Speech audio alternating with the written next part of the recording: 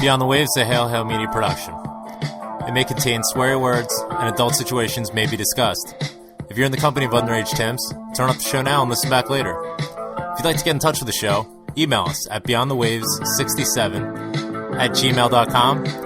You can also reach us on Twitter at BTW Celtic Show, or check us out on Facebook and join our group at Beyond the Waves. Hail, hail, and keep the faith.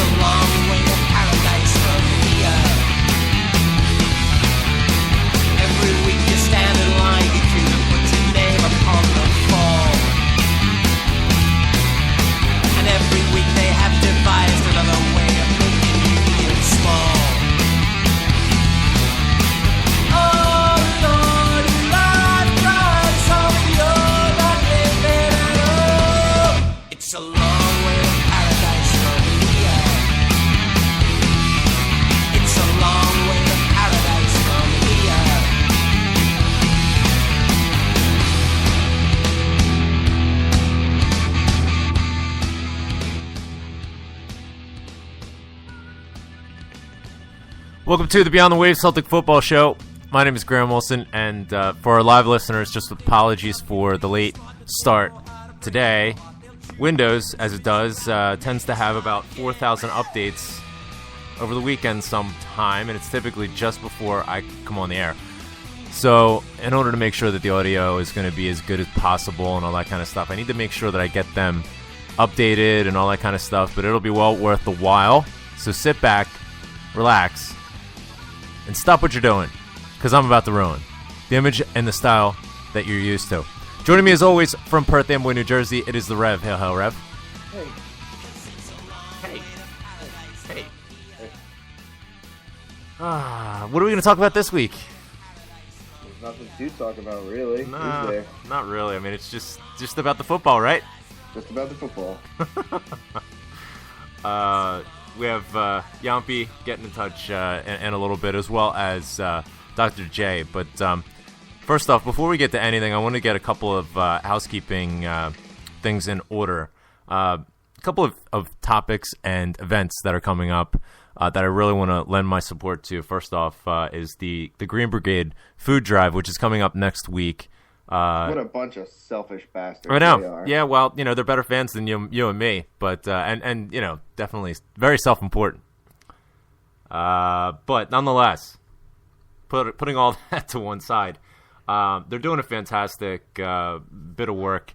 Next week, before the game against Hearts, they're going to have a food drive for the local food banks, and obviously we've lent a lot of attention towards the need to have food banks and just the absolute travesty that in this day and age so many people are reliant on them. But unfortunately, that is the reality. And in keeping with the mission of Celtic, why Celtic was started, going back to Brother Walford and just what the club has always symbolized in terms of charitable roots. Brother Walford said it himself: a football club will be formed for the maintenance of dinner tables for the children and the unemployed. And the Green Brigade are sticking by that and are doing good work to supplement that. But what they're looking for is powdered milk, sugar, carton fruit juice, soup, pasta sauces, rice, the pasta itself, rice pudding, tomatoes, tinned tomatoes. I guess they call that canned, but they have it listed as tinned. Sort of like my brain. Cereal, teas, instant coffee, instant mashed potatoes, and so on and so forth. So the usual stuff. I mean, we've all participated in trying to donate to food banks and food drives and so on and so forth. It's December 21st, next Saturday, before the game against Hearts. I believe the kickoff is a bit early, so make sure that you get there early. I think the kickoff is lunchtime, which is kind of odd at Celtic Park, but get there early and just donate what you can. I mean, if everybody turns out, if we get a crowd of hypothetically 40,000 and everybody brings something, I mean, think about the dent that's going to put in the needs that these food banks have. So please do your part and make a donation for them. You may not agree with what the Green Brigade stands for or does or who they are, or they're a bunch of Neds or whatever, but this I think is a cause. I know it's a cause that we can all get behind and support the Green Brigade for doing something that's fantastic, with this. It's going to be outside turnstiles T45 to T57. It's over by the Lisbon Lions, running into the main stand there. Obviously, it's a bit difficult to navigate with all of the construction that's going on there. But even if you can't make the game, in the spirit of what the Green Brigade is trying to do, if you're out with Scotland, or if you're in other parts of the country and you just can't make it to Celtic Park, make a donation to your local food bank. Just in solidarity with what they're trying to do and with what Celtic stands for. So hats off to the Green Brigade. In spite of everything that's happened recently, they're still going great guns with fulfilling the mission and what they stand for. So great stuff there. Also, next weekend, I have to mention, Paul Larkin's going to be joining us once again. Always a treat to have him live on the show. We always have great topics to talk about, and this one is certainly a fantastic one. It's the Astro Skiers, which is doing phenomenally in terms of sales. Loads of people have gotten in touch talking about how great of a book it is. distributed it to some of the folks at my own CSC. They've read it, and they're just blown away by the level of detail, confirming what essentially a lot of this is what we already knew, but it really does connect the dots, in terms of exactly how it happened. And Paul is coming out with an audio book as well for those folks like myself who typically are just too damn lazy to read. But it makes it very convenient. You can have it with you in the car while you're jogging, while you're going for a walk. Put it in your iPod, and you're all set. We have a bit of a trailer here from Paul as well that I want to play, and we'll be right back.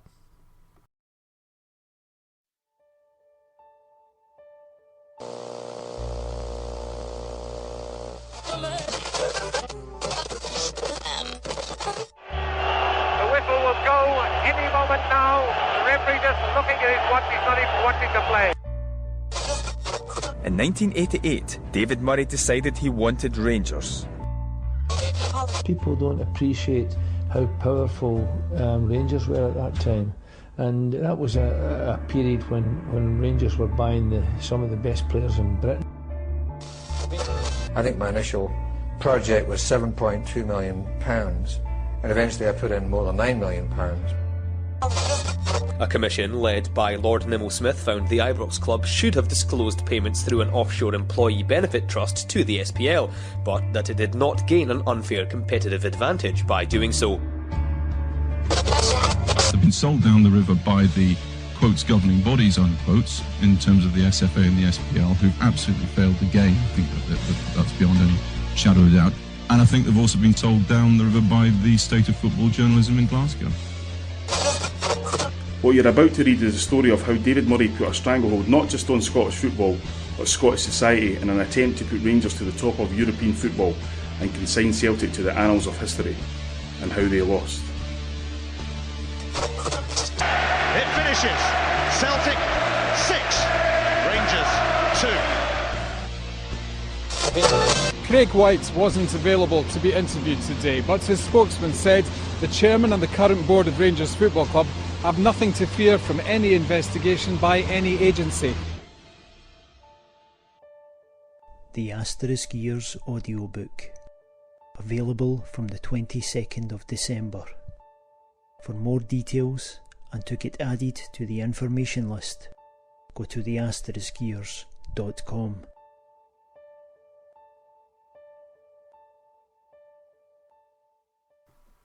So there you have it, spine-tingling stuff, really, and it is quite dramatic. The facts that are uncovered with this, and just how elaborate everything was. So it's going to be great to welcome Paul back onto the show.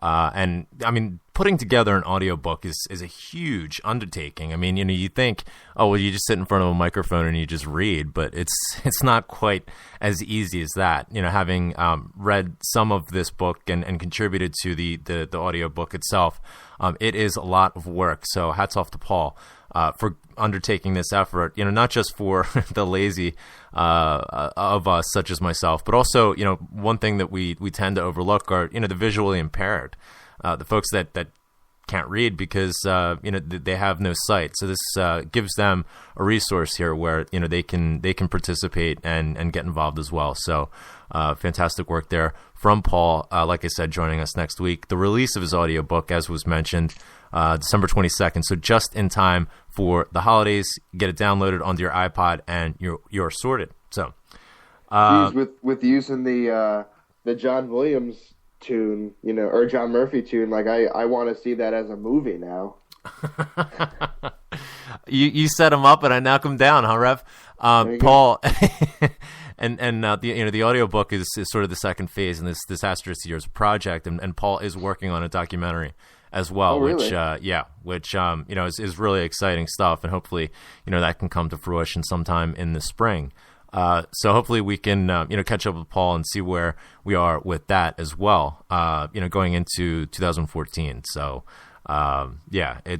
it's a very comprehensive project, and I think Paul's to be commended for it because as I've outlined, I wrote a review in the Alternative View the latest issue of the Alternative View, as I uncovered there. This is all stuff that the mainstream media, it would not be hard for them to scratch the surface and to uncover all of this themselves, but we all know why they don't. And fair play to Paul for actually doing that. Just another great work by him. So it really illustrates the fight that Celtic have had over the past 2 decades against Rangers. And we find ourselves at the moment in a fight really within. I mean, really. It's turning into civil warfare is what it is. I mean, you can claim that it's overly dramatic. I'm not so sure. I mean, you hear tales at Celtic Park of fellow supporters attacking Tims that have banners. I mean, we heard a tale of, admittedly, the person who did this, the person who assaulted a boy with the Kevin Barry banner, admitted to it proudly on Twitter. Which is completely out of line. I mean, we have a situation here where there are many folks who feel as though they don't agree with the fact that not just the politics belong at Celtic Park, or what particular kind of politics belong at Celtic Park, but they're claiming that the politics are being forced onto them, which is a concept that I don't quite understand. I mean, I don't think that anybody is forcing them to agree with the political standpoints of any banner. I mean, you see all sorts of banners. You see everything from the Indie Boys to Vote Yes to, obviously the nationalist cause in Ireland to, standing up for supporters' rights, and Celtic itself. And I don't think at any point anybody is saying, if you're in Celtic Park, you must accept this political viewpoint. But the people who make these banners and display them are reflecting their own viewpoints. But you have a lot of people who are stepping up and saying, and not just saying politics are being forced onto them, but they're trying to force their apolitical views onto other people. It's fine if you don't agree with the politics. And it's also fine that you don't think that politics belong in Celtic Park. But there are plenty of people who think otherwise, who firmly believe that the ethos of Celtic is political in its nature. And stepping up and trying to silence them is not, stepping up for your right not to be political. Nobody's forcing you to accept these positions. If you don't like the banners, don't look at them. If going to Celtic Park for you is just going to watch the football, then just watch the football. Don't look at that stupid banner. And I think that there's a lot of people who have fragile egos, from the CEO on down, but even some supporters who are so insecure, with their own standing that they need to attack other supporters and what they're trying to do. A lot of it is extremely positive. They need to knock them down a peg. And they forget the fact that Celtic is more than a football club. I think that it makes for a nice tagline, and it's certainly convenient to put on a T-shirt. But I think there's a lot of people who don't quite understand what that means. It's easy to say you want to #be Celtic, but it's a lot harder and more difficult to actually have to think about what it means to be Celtic. And taking that a bit wider, I mean, I saw what I thought was a salient point.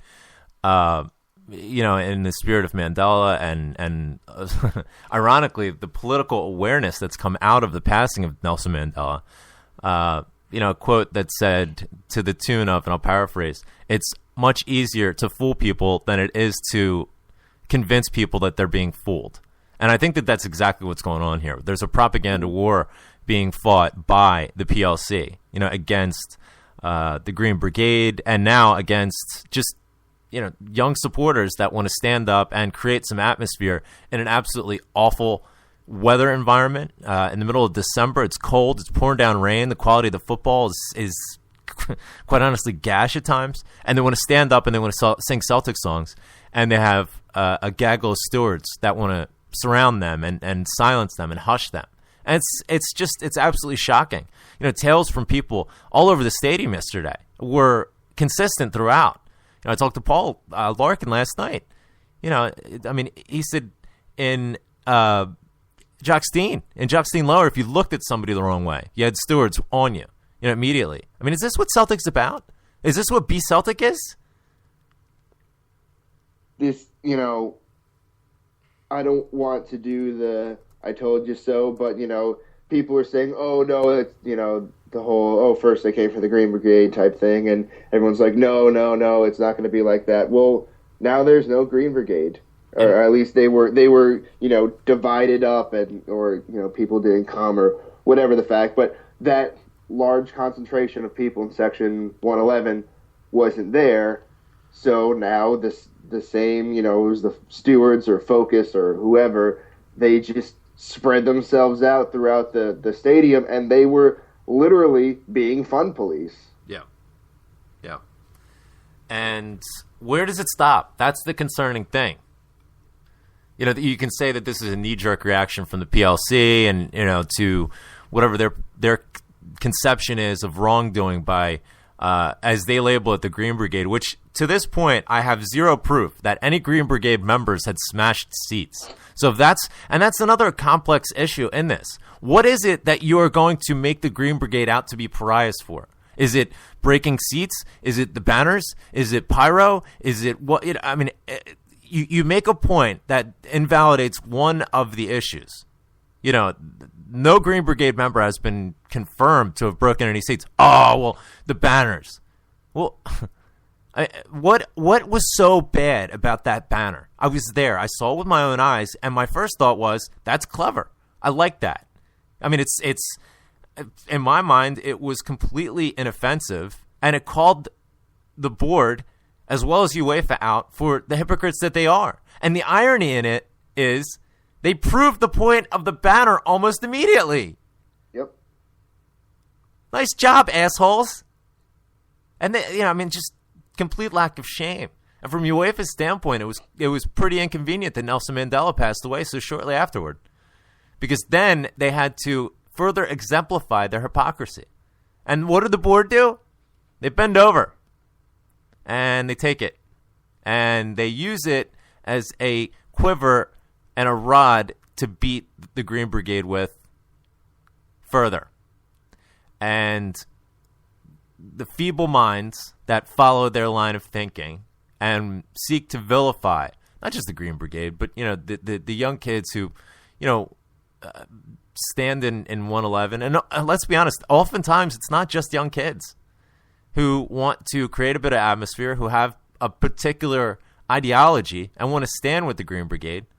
It's a campaign to vilify all of these people and say, you're not welcome.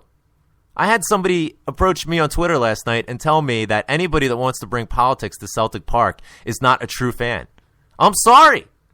Nobody, especially someone on Twitter, nobody has the right, not even Peter Lowell, to say what is and what is not a true fan.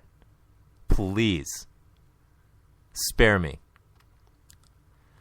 So we're gonna. I wonder if they say the same thing, about St. Pauli fans. St. Pauli as political, if not more, and we, the kind of special relationship with the two clubs. But are they not true fans because of their, enforcement, for lack of a better word, of politics, of bringing politics into the game, and banners and causes and everything? People have to ask themselves that. Another thing I just real quick that I kept seeing on Twitter last night, and some directed to me, other just out in the general Timternet, was people saying that the divide is created by people of the ultras mindset, by calling people in midfield sections prawn eaters and the stuff like that, and they're kind of playing victim a little bit by saying that if they just didn't resort to name calling, then things wouldn't be so bad.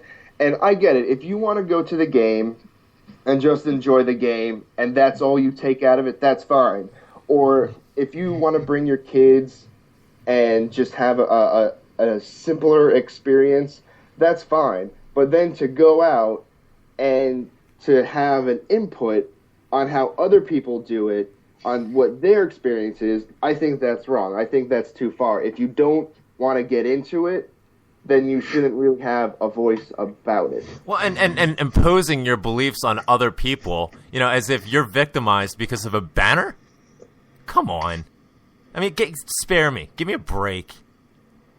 And listen, this is going to be an ongoing issue until Jesus.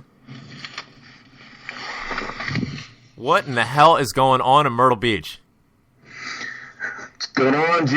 How are you? Hell. Dr. J is now joining us. We had a bit of feedback. I think it's okay now. I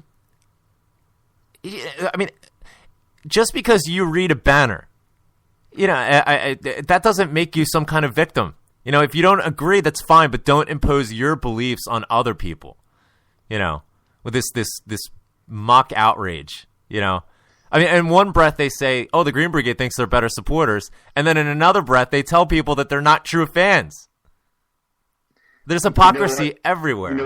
I think a lot of it has to do with our backgrounds. I mean, as an American show, looking at what's going on over there, I could see people having the tolerance of that as compared to what goes on over in Scotland. I mean, I had a Twitter argument the other day with somebody, and the whole conversation was, "I can't believe they're doing this." I said, "Listen, I've seen with my own eyes, living in the South, black cops, protecting KKK members with their rights to rally." Yeah, and that's something that no one for most, also for me, it's one of those situations I don't quite. I just can never digest that. Yeah, you know what? And I'm so glad that you brought that up. I wanted to ask you that directly because I think that from a unified front, almost to a man, the supporters over here in America have been united in our outrage at the treatment of the supporters. And I want to get your sense, because I know that obviously all of us can speak to this, but I know that you can speak passionately to this. How much of that is down to the fact that we're American? Yes, you can make all of the Guantanamo Bay references and talk about how America is awful with the drones and this and that, and Obama's the worst thing ever, and et cetera, et cetera. But you can't deny the fact that in America we have an ethos that's in our DNA, really, and you highlighted it right there. Talking about black cops protecting KKK members and so on. It goes back to, I believe it was Franklin that said, I might not agree with anything that you say, but I'll fight to the death to make sure that you can say it. And I think that that's something that's completely foreign, no pun intended, for folks in the UK and specifically Scotland. There isn't freedom of speech at all. I mean, it's restrictive speech. And it's you have free speech as long as you say what the politicians and what the large corporations and what the people in power agree with. If you disagree with them, then you are not free to express that view. And it's something that here in America, that's ridiculous. Yeah, I think we get a bad rap for a lot of things that are perceived about what goes on in the country, and perceptions are perceptions, and that's part of, and for us to rip someone for having that, I guess, is kind of counterintuitive to what we're really talking about. Feel free to go ahead and have those realizations, but what I also like you to do is not call you out and tell you that you're wrong. What I'd like to do is also point you to the other parts of it and say, I've heard the same thing too, but I found out it wasn't true because I've also found these facts. I'm not saying you're wrong. I just also found these facts too. And let's not have an argument where facts get in the way.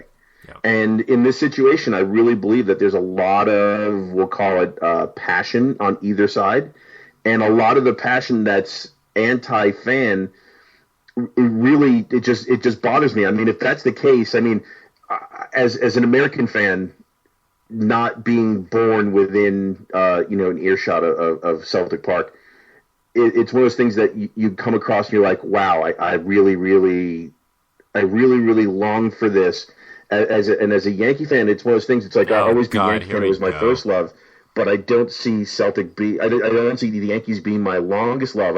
I see Celtic because of what it is and because of how it's loved by their fans. It's not the same thing going to a Yankee game, and it's not the same thing rooting for the Yankees. It's always It's always been a corporate type thing. It's always been, let's go get a box seat, let's go hang out, have some beers, let's go hit, a couple bars, then we're done. Celtic is so much different from that, just in my experiences of going to games. So, I understand that you might have fans that would feel aggrieved because of a banner, and that's totally fine. But we're going to look at it totally differently, because to us, banners are okay, cool, the same. I mean, it's the same thing looking at Howard Stern on the radio. I mean, remember when Howard Stern was in D.C.? Hey now, and it was the biggest. It was hey now, and it was the biggest thing ever. And then he finally said, "You know what? You don't have to listen to me." And people didn't, and people didn't listen. He went to New York, and people didn't listen, and people did listen. And then he said, "You know what? I want to do my own thing. I'm going to go to Satellite Radio," and then he did, and that's totally fine. And once the whole term shock jock went away for the first go, it was like, oh yeah, whatever. He's just on this radio station. I just don't listen to it. And you have the ability to vote with your pocketbook, and I think that's what happened yesterday. I heard a lot of it's the weather, and it's just Now we're gonna blame Mother Nature and Santa Claus for there's 40,000 people there. If there were 40,000 people there were 2 people watching the game with me yesterday. No chance. And I was by myself. Yeah. There was no one there, and don't tell. I mean, you may have had 40,000 seats paid for. Yeah.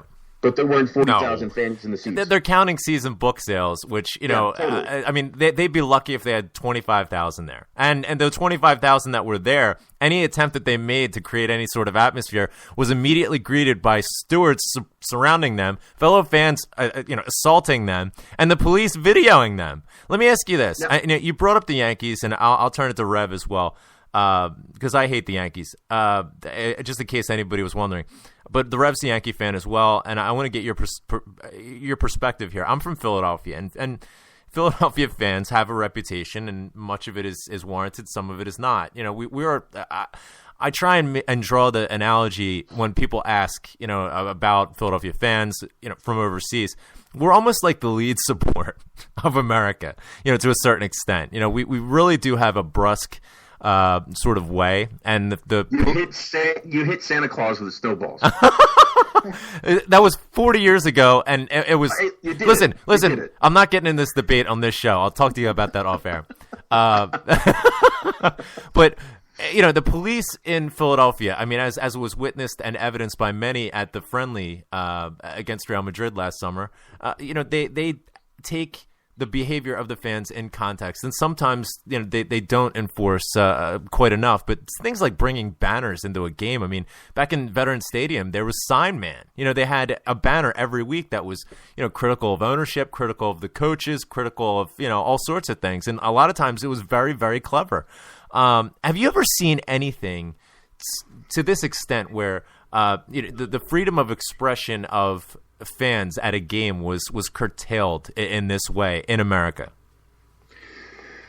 Yes, and I have to say yes. For the longest time, you gotta think, and it's just recent now. I mean, it's down to. I mean, if you look at NFL games, if you've been to NFL games, they've even changed the way you go into a game with a purse.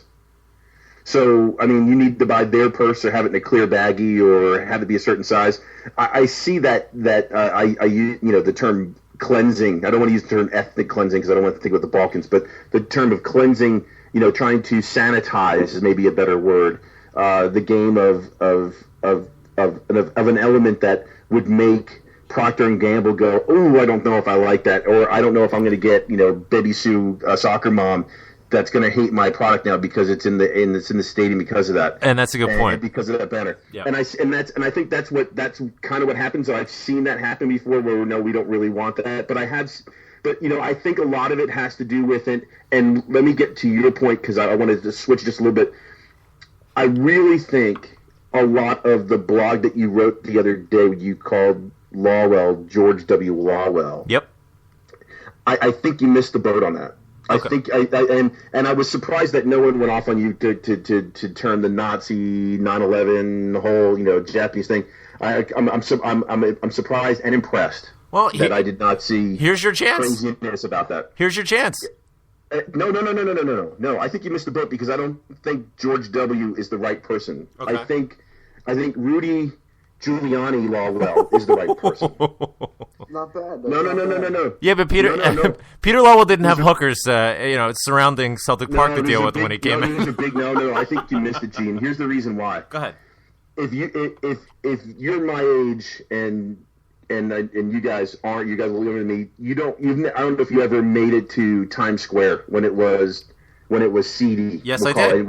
Yes, I did, and that's the reason why I brought up the Times Square analogy of hook. I remember driving through Times Square as a kid, and there was hookers everywhere, like knocking on the window. Oh yeah, totally. I was an undergrad across the river in Newark or in Irvington, and when that took place, Irvington. Or Newark, Irvington, that type thing. Wow. I was yeah, exactly. So we used to go across the bridge and through the tunnel and anyway. So moving on. But the point is that all changed with it wasn't Koch that changed it. Koch allowed it to go on and tried to manage it. It was the Giuliani thing, I think, is really where you're going with this. And I'll give you this: you didn't know this was going to happen when you wrote this, and I think you would agree with me. I think this is about the guy was it John Q. Wilson? Or, no, was it Wilson? I think that's his name. James Q. Wilson was the guy's name. He wrote about a theory called the broken windows theory. And if you read Giuliani's book, he was the one who really put that into use. And that the broken windows theory was, and Giuliani wrote this wrote this in his book, Leadership. What he wrote about, or what he did as the mayor of New York, was the first thing he did was he got rid of all the squeegee men. Mm-hmm. And he worked on getting rid of every little infraction. If you did anything, you were fined for it. And the whole idea of the broken window theory was if there was one broken window in a building that was burnt out, then eventually the vandals and thieves would break more, and then the place would be turned into a squatters, and then from there they would burn it down, and it would be all kinds of problems. And so the whole idea of busting people for the smallest infraction, so that the whole entire populace of the city understood that none of this is going to be tolerated. I really think that's what's going on. But the key to your analogy and bringing Giuliani in is equating the actions of the Green Brigade or some young kids that are standing up and trying to sing and create some atmosphere. You're trying to equate that with murders, hookers. No, that wasn't the idea. No. That's that's at the crux of what Giuliani dealt with when he came in as mayor. At Celtic Park. Right, but it was what Giuliani had to do to bring the crime problem in check. Does that equate with what Peter Lawwell is doing to innocent supporters just now? I think so. I think what he's done is he's taken the whole idea. Listen, I can get rid of everyone else because there's a minority of people that will sit there and do nothing. And if I just bust everyone else and I believe everyone else that's sitting down and leaving everything else alone, then they'll all assume that's the way to act when they come here. Therefore, that's the way it's going to be. Okay. And I think if in the whole idea of the broken windows theory from this Wilson guy, I think that's the same exact thing. Now there's a bunch of articles about how it's been disproven, but it doesn't mean that Giuliani didn't use it. It doesn't mean that I think that's what happened yesterday. Okay. You know what? Absolutely everybody for every little thing. A kid sitting in the wrong seat, I read on Twitter, and I read an article about it too. And they say we're going to remove your season ticket because you sat in the wrong seat. Yeah. I mean, come on.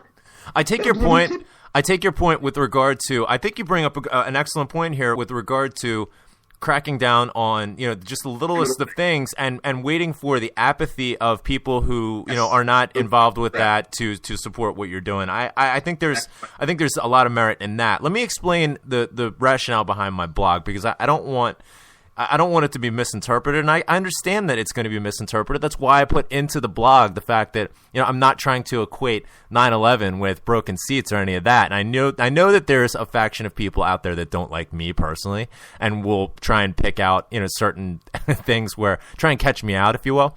And that's why I felt compelled to put that in there. What I'm making the connection between, and it's not even so much, it is to a certain extent, but it's not even so much Peter Lawwell the man versus George W. Bush the man. It's more of the regime itself. I mean, George W. Bush identified his regime with,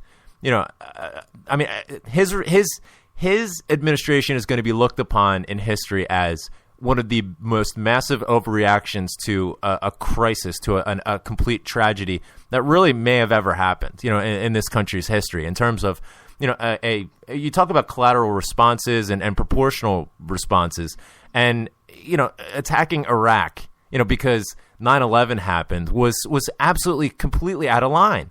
And now we have a situation where with Peter Lowell, a few people broke seats, and I just have it confirmed from Stevie Kearney that the 5 people that were arrested, positively identified for breaking seats, were not Green Brigade members. So that basically confirms, thus far, my theory that poor stewarding led to a influx of people into the quote unquote Green Brigade section. A lot of young kids, a lot of fueled by drink. They want to partake in sort of the ultra atmosphere, but they might not really understand the parameters that we need to play in. I think that's something that the Green Brigade had. Up until think back this entire season and for much of last season, we didn't really have much of a problem. We had some bangers against Cliftonville that was quickly quelled. We haven't had any issues even with the away support. Now all of a sudden we have some lax stewarding, some random hangers on, whatever you want to call them, go into that section. Seats are broken. They have Green Brigade stickers. They put them all over the place. And, Peter Lowell is going to overreact now. And he's going to start banning innocent people that weren't even at Fur Park. He's going to ban people from getting into the new camp who spent, loads of money trying to get there. Vacation time, paying for hotels. And now they're going to be hassled for supporting their own club that pays his exorbitant wage. It's that some of them weren't even at the game. Exactly. And so in my mind, it was not a proportional response, but the psyche of the man at the top. And Peter Lowell calls the shots. Let's not kid ourselves. This is Dermot Desmond's team. He feeds in, the general policy, but Peter Lowell executes. And Peter Lowell is, listen, you have 2 types of leaders. You have uniters and you have dividers to further their own position. And in the wake of 9/11, we had a choice to make. We had options. We could go after the people that were responsible for 9/11 and planning it and supporting it and all that and deal with them. And, I pray to God that they already have been and we can just move on. But it went further than that. I had people that were blaming the Green Brigade for what happened in Barcelona, which is like, it's just like 7 degrees of separation here. You can't make the direct analogy that, the Green Brigade caused, the overreaction. So therefore, it's the Green Brigade's fault. No, it's not. That's like blaming the terrorists from 9/11 for America's invasion of Iraq. America invaded Iraq because it had a weak leader with a fragile ego, not because of the terrorists. A proportional collateral response would be find the people who broke the seats and deal with them, not ban the entire section, scorched earth. And it goes beyond that. Peter Lowell has this mindset of, intimidation and fear, and having people fear him and what he will do to them. And that's not, people want to talk about now we're going to blame the Green Brigade for dividing the support. Now he's scaring the shit out of everybody. You have 10-year-old kids that are crying because the stewards come up because they sang a song. And he's the one that's the uniter. He's the one that we're going to get behind. Please. The guy, he completely, defers and misses the buck on issues as simple as the living wage. And the Green Brigade are starting a food drive? Please. I just don't understand this concept. Living wage for stewards that tried to bother 10-year-olds? Living wage for any employee at Celtic Park. I went into the Superstore when I was over, and we talked to several people, and they're on 0-hour contracts. But we have a CEO that is taking home a millionaire's wage, and people are outraged by the fact that UEFA fined us, which was completely heavy-handed, £50,000 or €50,000 rather. But there's no outrage at the pay packet that Peter Lowell's taking home. It's just outrageous. You and I had a conversation the other day about this whole €50,000 or €50,000 fine. I mean, not a word about the Vote Catalonia banner that hung on national TV that I saw in the States from anybody. Yeah. If we're not supposed to, I mean, you want to give the Mandela thing a slide, then go right ahead. That's totally fine. Go ahead. You want to talk no politics, then what is the Vote Catalonia thing? Now, I'm not looking tit for tat. It's like this. When I go to Las Vegas, I know that I can sit down and play poker. And the reason why I can is play blackjack. And the reason why I know I can is because I know 21 is the rule. And if I get 22, they take my money. They get 22 and they take my money, I don't get mad and then reach across the table and deck the dealer because I knew the rules when I sat down. Now, if I go play Pai Gow poker, I don't have a freaking clue what I'm doing. That's why I don't play Pai Gow poker. Moving on. All right, so now I look at this and I go, okay, how are they supposed to react? If I go to a game, am I supposed to watch a game and go, okay, this is how everyone acts, what it is? Or am I supposed to say, well, I know the rules before I went in? Okay, if I know the rules when I go in and I look out and there's people not playing by the rules, it's kind of like, well, what the hell's going on? So it wouldn't surprise me if the club basically said, I don't care, give us whatever you want. This is going to help us. Exactly, and that's my point as well. And that's my point as well. There's not going to be an appeal because it's job done from Peter Lowell's standpoint. This is used to further their propaganda against the Green Brigade and their hangers-on by saying, oh, well, you know what? All of you, quote-unquote, decent Celtic supporters, you real Celtic supporters, look what they did. Look what they did. Let's vilify them. If you see a banner, go and attack them physically. Now, who's the divider? Who's the divider? That's called the dead cat theory. If you take a dead cat and you swing it in the air and go, oh, my God, this dead cat, and it could be the only one that's out there. It could be the only time you'd ever see one. And go, oh my God, dead cat is so horrible.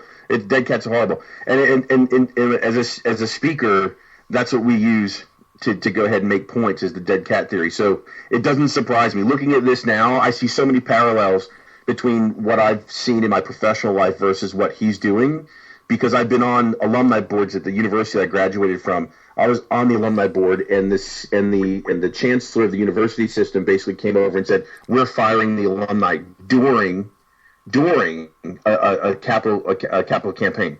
Now, capital campaign in the U.S. means they're trying to raise money for the university, which is really good. I have no problem with it. I was one of the donors, but then they looked at me and go, "Would you like to continue?" I said, "Excuse me, you just fired me. I've given you all my free time, all my money, everything else, and now you want me to continue giving money?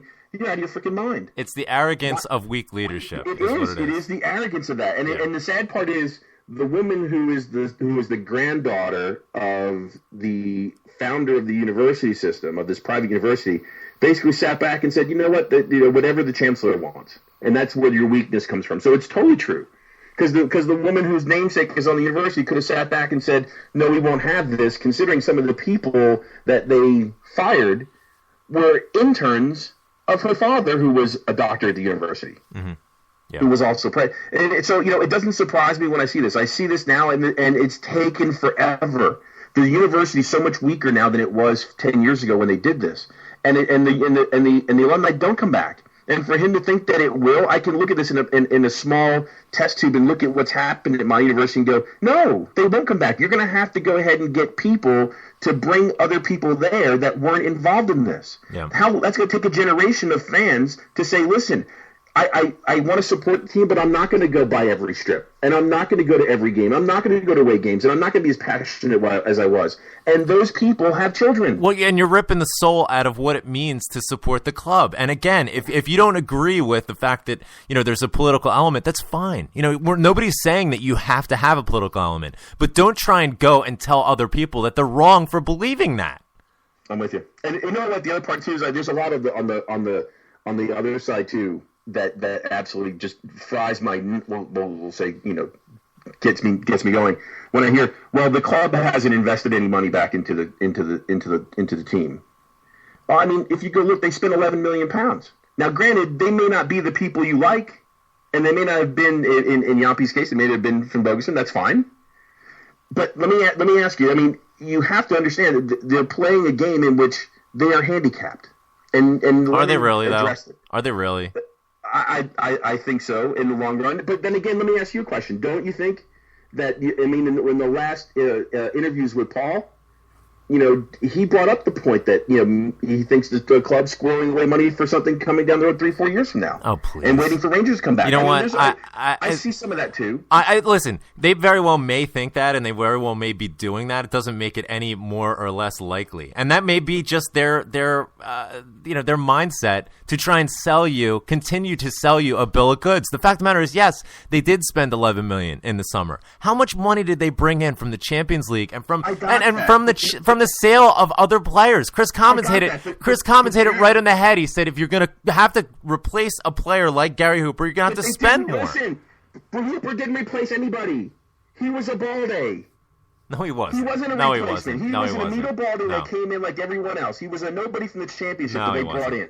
He was a player from the championship they brought in that scored 22 goals in the championship. They got him for a steal. But if he was all that, if he was a $6 million player, they wouldn't have got him in the first place. Well, that's true, but that's my point. So listen.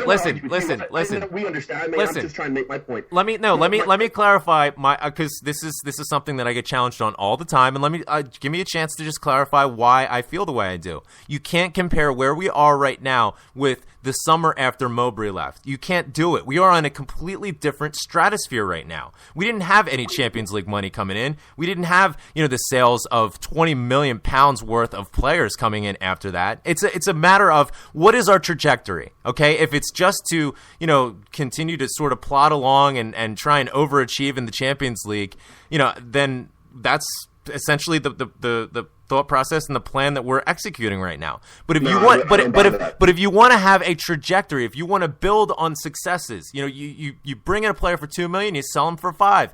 Then you go to the next rung. You pick up a player for $4 million, you sell him for $8 million, and so on. And a lot of that may not be 100% realistic in terms of this sell-on value, but you can't deny the fact that the Champions League is where we need to be in order to sustain ourselves. If we try and suffocate, by having this, and I think that it's not as simple as saying, there's a lot of debate out there about, we shouldn't be shopping in this market. We should be shopping in this market. $4 million is too much, but $2 million is good. Well, you have to look at the context of exactly what you need at that particular time. What we desperately needed this summer was a poacher, was a striker that could score goals, that could replace what Hooper brought us. Yes, I take your point that we didn't spend a lot for Hooper. He was a fantastic bit of business. We uncovered a gem in that. But if there's not that gem, listen, let me finish. If there's an opportunity to buy a player like that for $2 million, then we take it. But if there's not, and we have all this money in reserve, we need to replace that player. It's all about the output.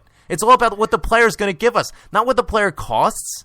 Look at the evidence. Okay, there wasn't a 22-goal scorer in the championship for us to pick up that wouldn't have any work visas for $2 million. But so what? So now we're going to go and pick up Balde, some guy that nobody's ever heard of, including from Portugal. Oh, and then we'll supplement it with Teemu Pukki, who, he didn't score 22 goals last season. He didn't even play 22 games. It's just mind-boggling. And then, they try and sell you a bill of goods like, well, this is the market that we have to play in, and this is just what we're relegated to. You know what? This is a mindset that's completely foreign to me, and I want to ask you this, and please try and answer this. Take yourself away. I know that you have evidence, and I know that you have a strong opinion on our transfer policy just now, but take yourself away from that just for a second. I want to get an American sort of mindset with this, and some people aren't going to enjoy this. Rev, I need you to jump in here as well. I know people are going to perhaps take this the wrong way. I really don't care.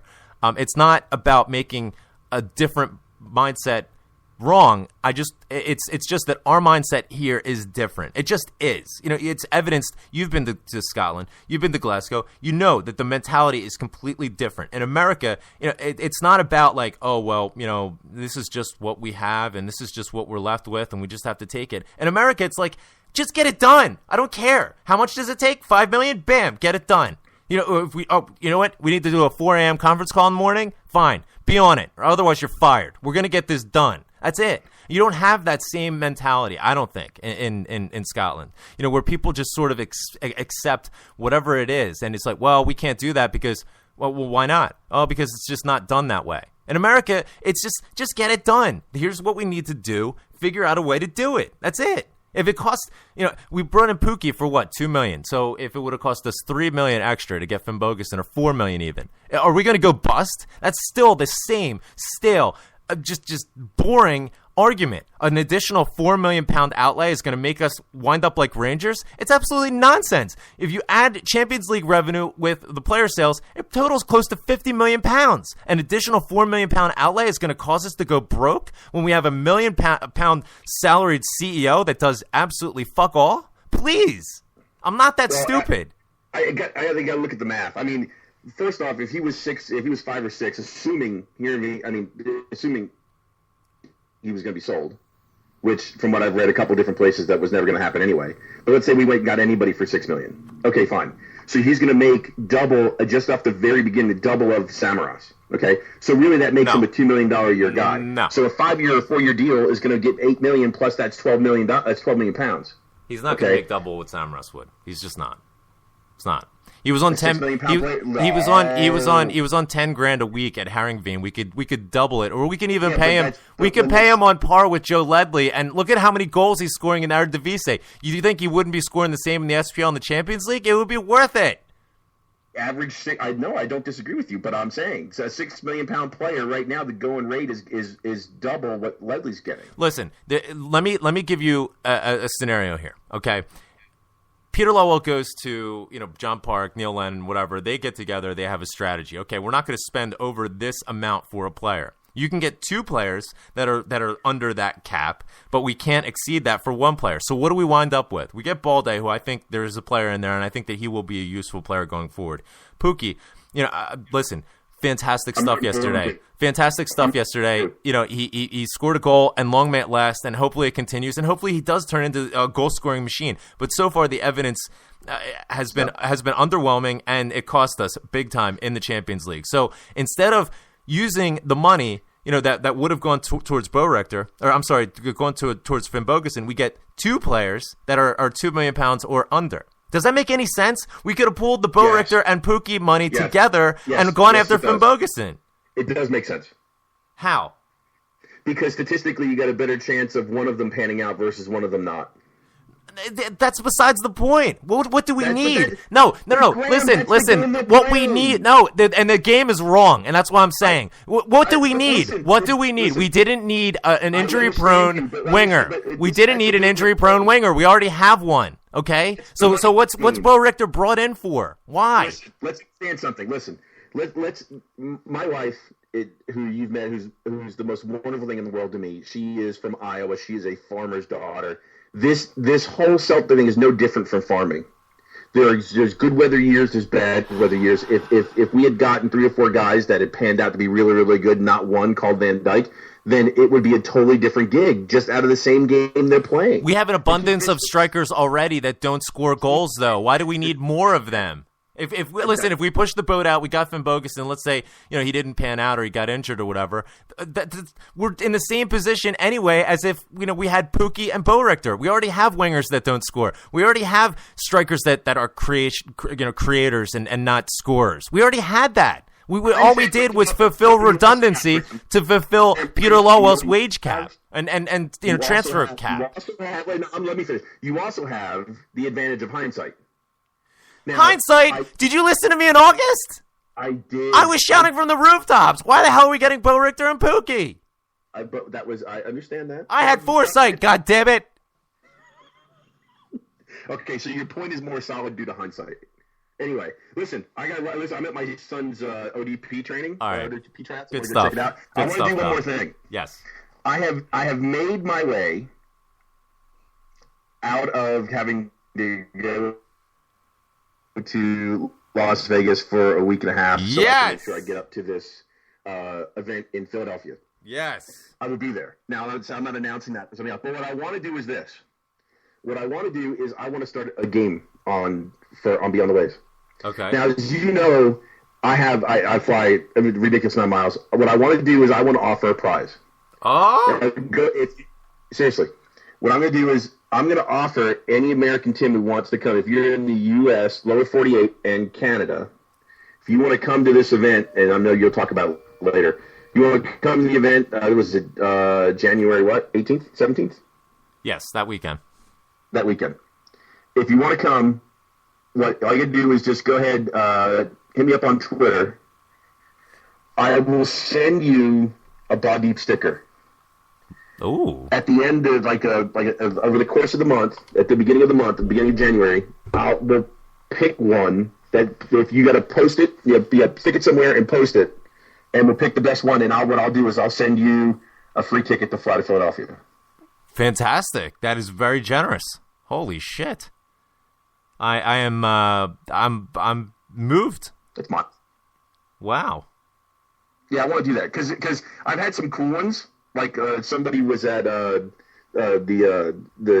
National Stadium in Portugal, and sat there with his arms up in the air with the Ball Deep sticker right where Caesar held the trophy, which I thought was absolutely just the best. That is fantastic. That was cool.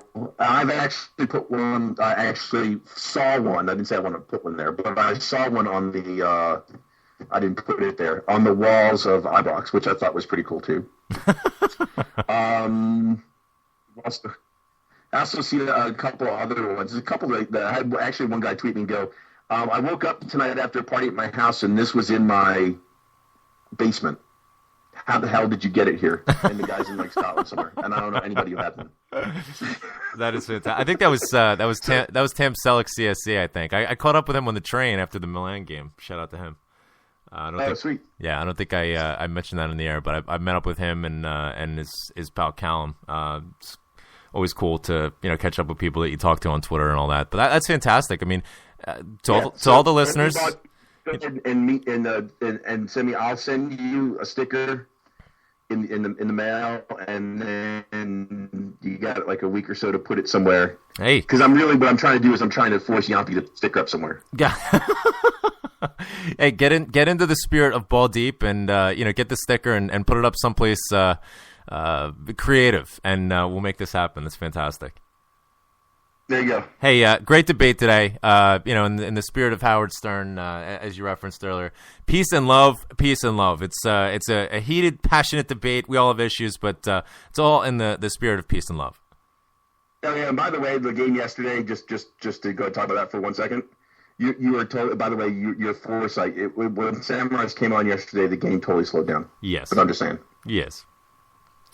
All right, Dr. J, thanks so much, yep. And all the best to Max today. As he's training with the is it the ODP? Totally.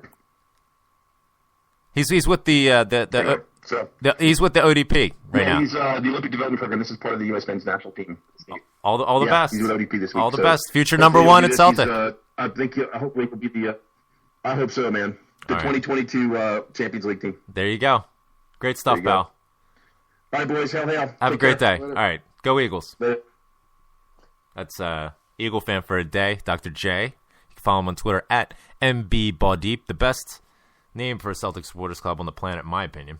Rev, let me turn it over to you. I mean, we've talked about the hypocrisy that has taken place this past week with the banner, and the fact that there's, and rightfully so, an outreach of recognition and respect towards Nelson Mandela and his passing, but you can't deny the fact that there is a political element to that. He's the former president of South Africa, a sovereign nation, and how he became the president of that country is really where his legend is based. I mean, it's inherently political.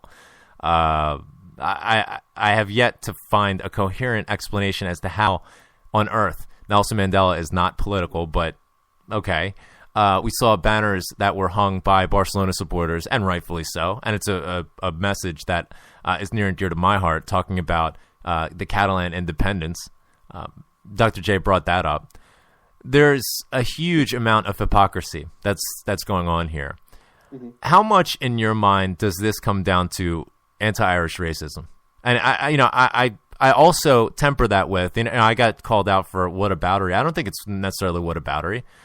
Maybe I invented a new word. It's not whataboutery. It's what the fuckery. You have teams that are fined, a quarter or half of what our fine was for having a banner with two formative figures in a struggle for independence, William Wallace and Bobby Sands, who, by the way, was a member of Parliament in Britain. I'm sorry, in the United Kingdom. Yet, we get double the fine, and the only thing that causes me to think that this is any different is the fact that you have an Irish figure on here.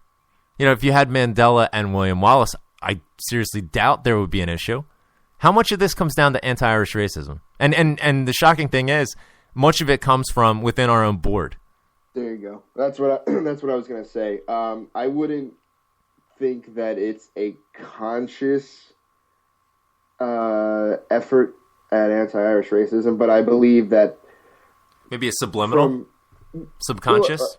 A subconscious one, because it seems Celtic, to an extent, Scotland as a whole, kind of attacks, targets this type of, Irishness. The expression, and it's accepted. And because that happens, they're kind of, it's an easy target. These people that do that are an easy target that UEFA kind of follows the lead. Or, if there was a defense of people expressing it, you know what I mean? As there is in Barcelona, for, to draw the comparison, UEFA wouldn't make such a fine, if at all, it wouldn't be as much or any type of fine, because there would be such a large pushback by the local FA or the team itself, by the population. So because it already happens, it's just open doors, for UEFA to go in. But if Celtic were to issue a statement, if they were to say, we're going to appeal this, something along those lines, I don't think it would have happened. Because they don't have the balls. Because they don't have the balls to step up to the prevalent thought within the Scottish establishment, which is anything having to do with Ireland is inherently bad. Right. Yeah. No, I think because it's a bit ingrained, and it's just how it is. And then UEFA comes in and it's just accepted, I guess, Now joining us all the way from South Jersey, the man, the myth, the legend, it's Yampy. Hey, hello, Yampy. Yo, what's up, man? What's up, fellas? How you doing? Glad to have you this week of all weeks. I know that you bring the thunder, to use that term. Obviously, we're going to get into the transformation of sorts of Neil Lennon, which is for me quite frankly shocking. And I think that the biggest shock of it is trying to reconcile the Neil Lennon that we all thought the man was with this new Neil Lennon that seems to have been persuaded or metamorphosized with expensive lunches with Dermot Desmond, perhaps. Rev, you wrote an excellent blog, I thought, this week for iCeltic.net. Tell us a little bit about your blog. I thought it was a fantastic piece of writing, and long may it last. And long may it last you sticking your neck out, actually, and, throwing it out there. I know that you got some blowback from that, and, I think that's very healthy. Tell us about your blog and your thoughts on it. A little bit, yeah. It was, I just kind of funny with the timing, not knowing what was going to happen at the weekend. But my main thought was I just need to get it off my chest after what happened, the 4 or 5 days prior to writing it. And seeing how Neil Lennon came out and everything and his comments, and it bummed me out. It felt like I had two friends, that I knew independently, and then they started dating, and now they're breaking up, and it's like, like, why are you guys doing this? Something like that. But I just wanted to initially just to kind of open the dialogue. I'm not saying, how he is, what's going on inside his head, but just kind of raising some points, some questions, maybe for people to, people who were absolutely whatever he says, they're going to take it, not like he's defrauding people per se, but just whatever he says, they're taking as gospel. And just maybe kind of open people up to maybe challenge what he says and just kind of critical thinking for themselves. That's it. While injecting what I think might be happening myself. And, the very first line was, it says, I'm 3,200 miles away from Glasgow, and I'm, getting stuff like, oh, obviously this was written by a Green Brigade member and blah, blah, blah. Like, did you not read it? Like, the first line says, I'm nowhere near it. And, yeah, but... I had some good, healthy debate with a couple people, and I appreciate that. And I can be on the opposite side of what someone else believes, and we can talk, and everything's cool. But, if you're just going to go out and say, oh, just this is pish. Why? Because it is. Okay, well then obviously that's how you're gonna think, and you miss the mark of what I was trying to do. But if you can think about it and say, I don't agree with this, but I see what you're trying to say, and maybe this will have me conscious to things happening down the road, then I guess that's really all I was trying to achieve with it. And I mean, specifically, what do you make of what Neil Lennon has said? This metamorphosis. I mean, I pointed out it's hard to reconcile. Just a couple of years ago, it's talking about bringing the thunder and going to war, and now all of a sudden it's sinking hearts and asking why and just a bit of fun. And that's the thing that's troubling to me. You had Chris Commons come out this week and basically say, in order to replace Gary Hooper, we need to spend a bit more because he was just of that quality, which was completely 100% accurate, by the way. And he was roundly shouted down by Neil Lennon himself, who, by the way, when Neil Lennon was a player, he made similar comments. So, it's trying to reconcile what the hell happened here and what does this mean for this club going forward with Neil Lennon at the helm. Can we expect to have the Neil Lennon that we all thought he was in the past going forward? And my mind, I don't think we can, and that's troubling for me. But right. What do you make of his comments? I mean, where does this come from, and where do we go from here with him? I don't know. Like I said, is this just him having to be, because he's the manager? Does he have to more or less be a spokesman for, not just the team but the company? Because he's saying, things that press secretary would say. But is that his job? Is that his? Shouldn't be. It shouldn't be. And that's the point. Yeah. And it comes off as gratuitous a lot of times. He makes comments that really don't need to be made in that particular way. It's the tone that he uses. Yeah. Go ahead. Just yesterday, the title of the article that I read was a bit inflammatory, and once I read the article, it didn't seem so bad. But it was saying how he praised the ref yesterday for giving Izzy a yellow card for diving.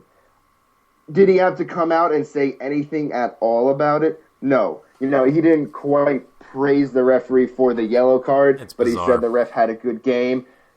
Everyone can have an opinion about that. That's not what I'm, trying to say that it was right, that it was wrong, good game, bad game, whatever. But it's not really the place for the manager. It's bizarre. It's almost like he's trying to lose the dressing room.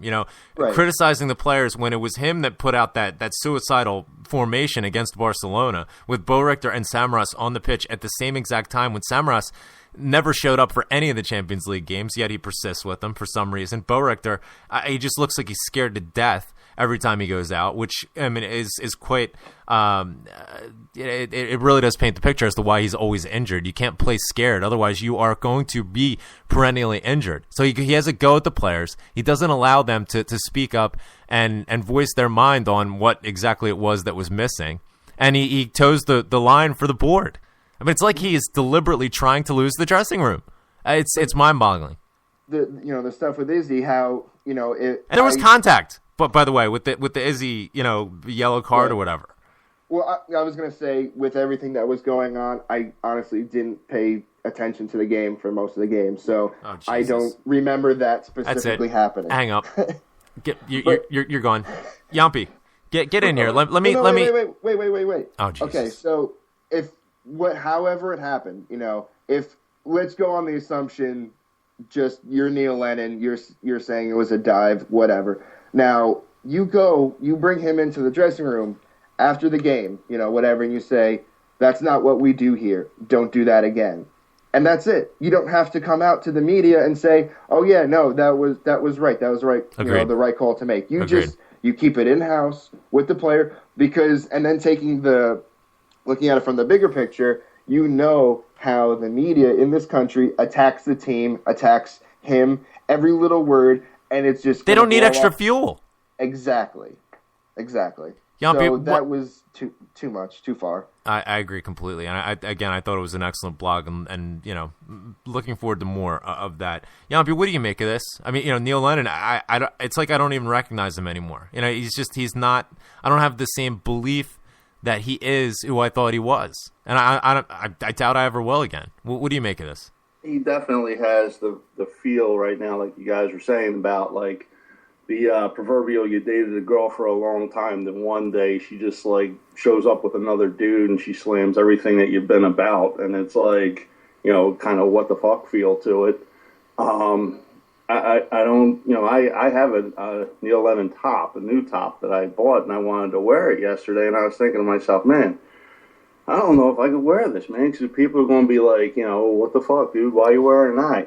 Well, not even what people, but what you think. When you pull on that jersey, why did you get that jersey? Right. I mean, it doesn't represent that anymore. It's like, yeah, exactly. I got it for who he was, not who he is now. I mean, and who you thought he was. Right. Exactly. And it's like, I don't know, man. It has all the feel of a guy who's playing nice and biding his time till eventually he walks out the door. But that's not what we like to call keeping it real. It's disappointing. Here's a guy that once left the trophy in front of the league trophy in front of Section 111. Now all of a sudden it's like Section 111 is a bunch of scum. It's a rogue element. Rogue. Yeah, it's a rogue element that defended him in his time of need. Now they're in a time of need, and the gratuitous nature of how he stuck the knife in day after day after day. The pre-match press conference for Barcelona 5 days after there were broken seats, and 2 weeks after the banner. If you're going to take issue with that, and he's still commenting on it, it was gratuitous. It didn't need to happen. He didn't need to say all that, but he did. It's a twofold thing. It's like, the whole section, all they've ever done is do nothing but stand by the guy and praise the guy after what happened at Tynecastle when he got attacked, the whole bullets in the mail thing, the whole smash, and all the section has ever done for him is be totally 100% supportive, and now it's kind of like he threw them all under the bus. Well, he spit in their face. Yeah, I mean, that's pretty rough, man. And it's like, all of a sudden you're like, well, why the fuck do we even bother? Now, I don't know, man. He's just like, he's trying a little too hard to be appealing to the PLC. Yeah. And, I mean, like I said, I didn't end up wearing the top yesterday. Now I feel like I pissed away $125 on that top, and it's like, I love what the guy did for Celtic. I love all that he was about. But wow. It's not the same. It's definitely not the same. I mean, it's still hard. I don't want to trash the guy because I feel bad. It's like, but how can you do otherwise? I mean, he apparently at this stage of the game, he has no problem trashing anybody that fervently supported him at one time. Well, I mean, listen, he's towing the PLC line.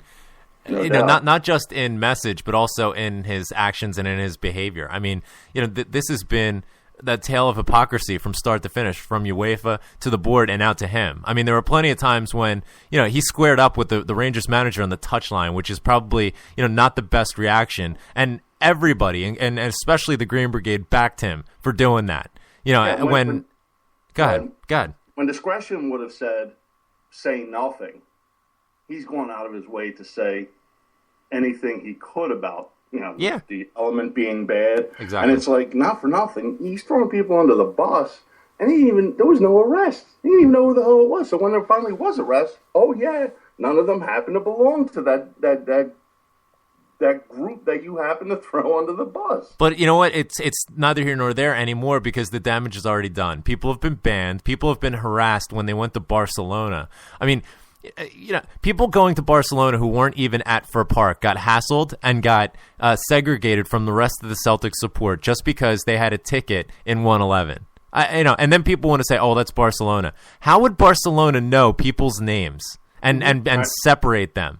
Celtic had to, and it goes without saying. Ronnie Hawthorne got in touch with the stewards at Barcelona, who last year, if you remember, when we went to the new camp, applauded us out of the stadium. Now all of a sudden, they're harassing us. They're segregating us, keeping us out of the stadium. We heard a tale of a girl who had her inhaler taken from her. I mean, come on.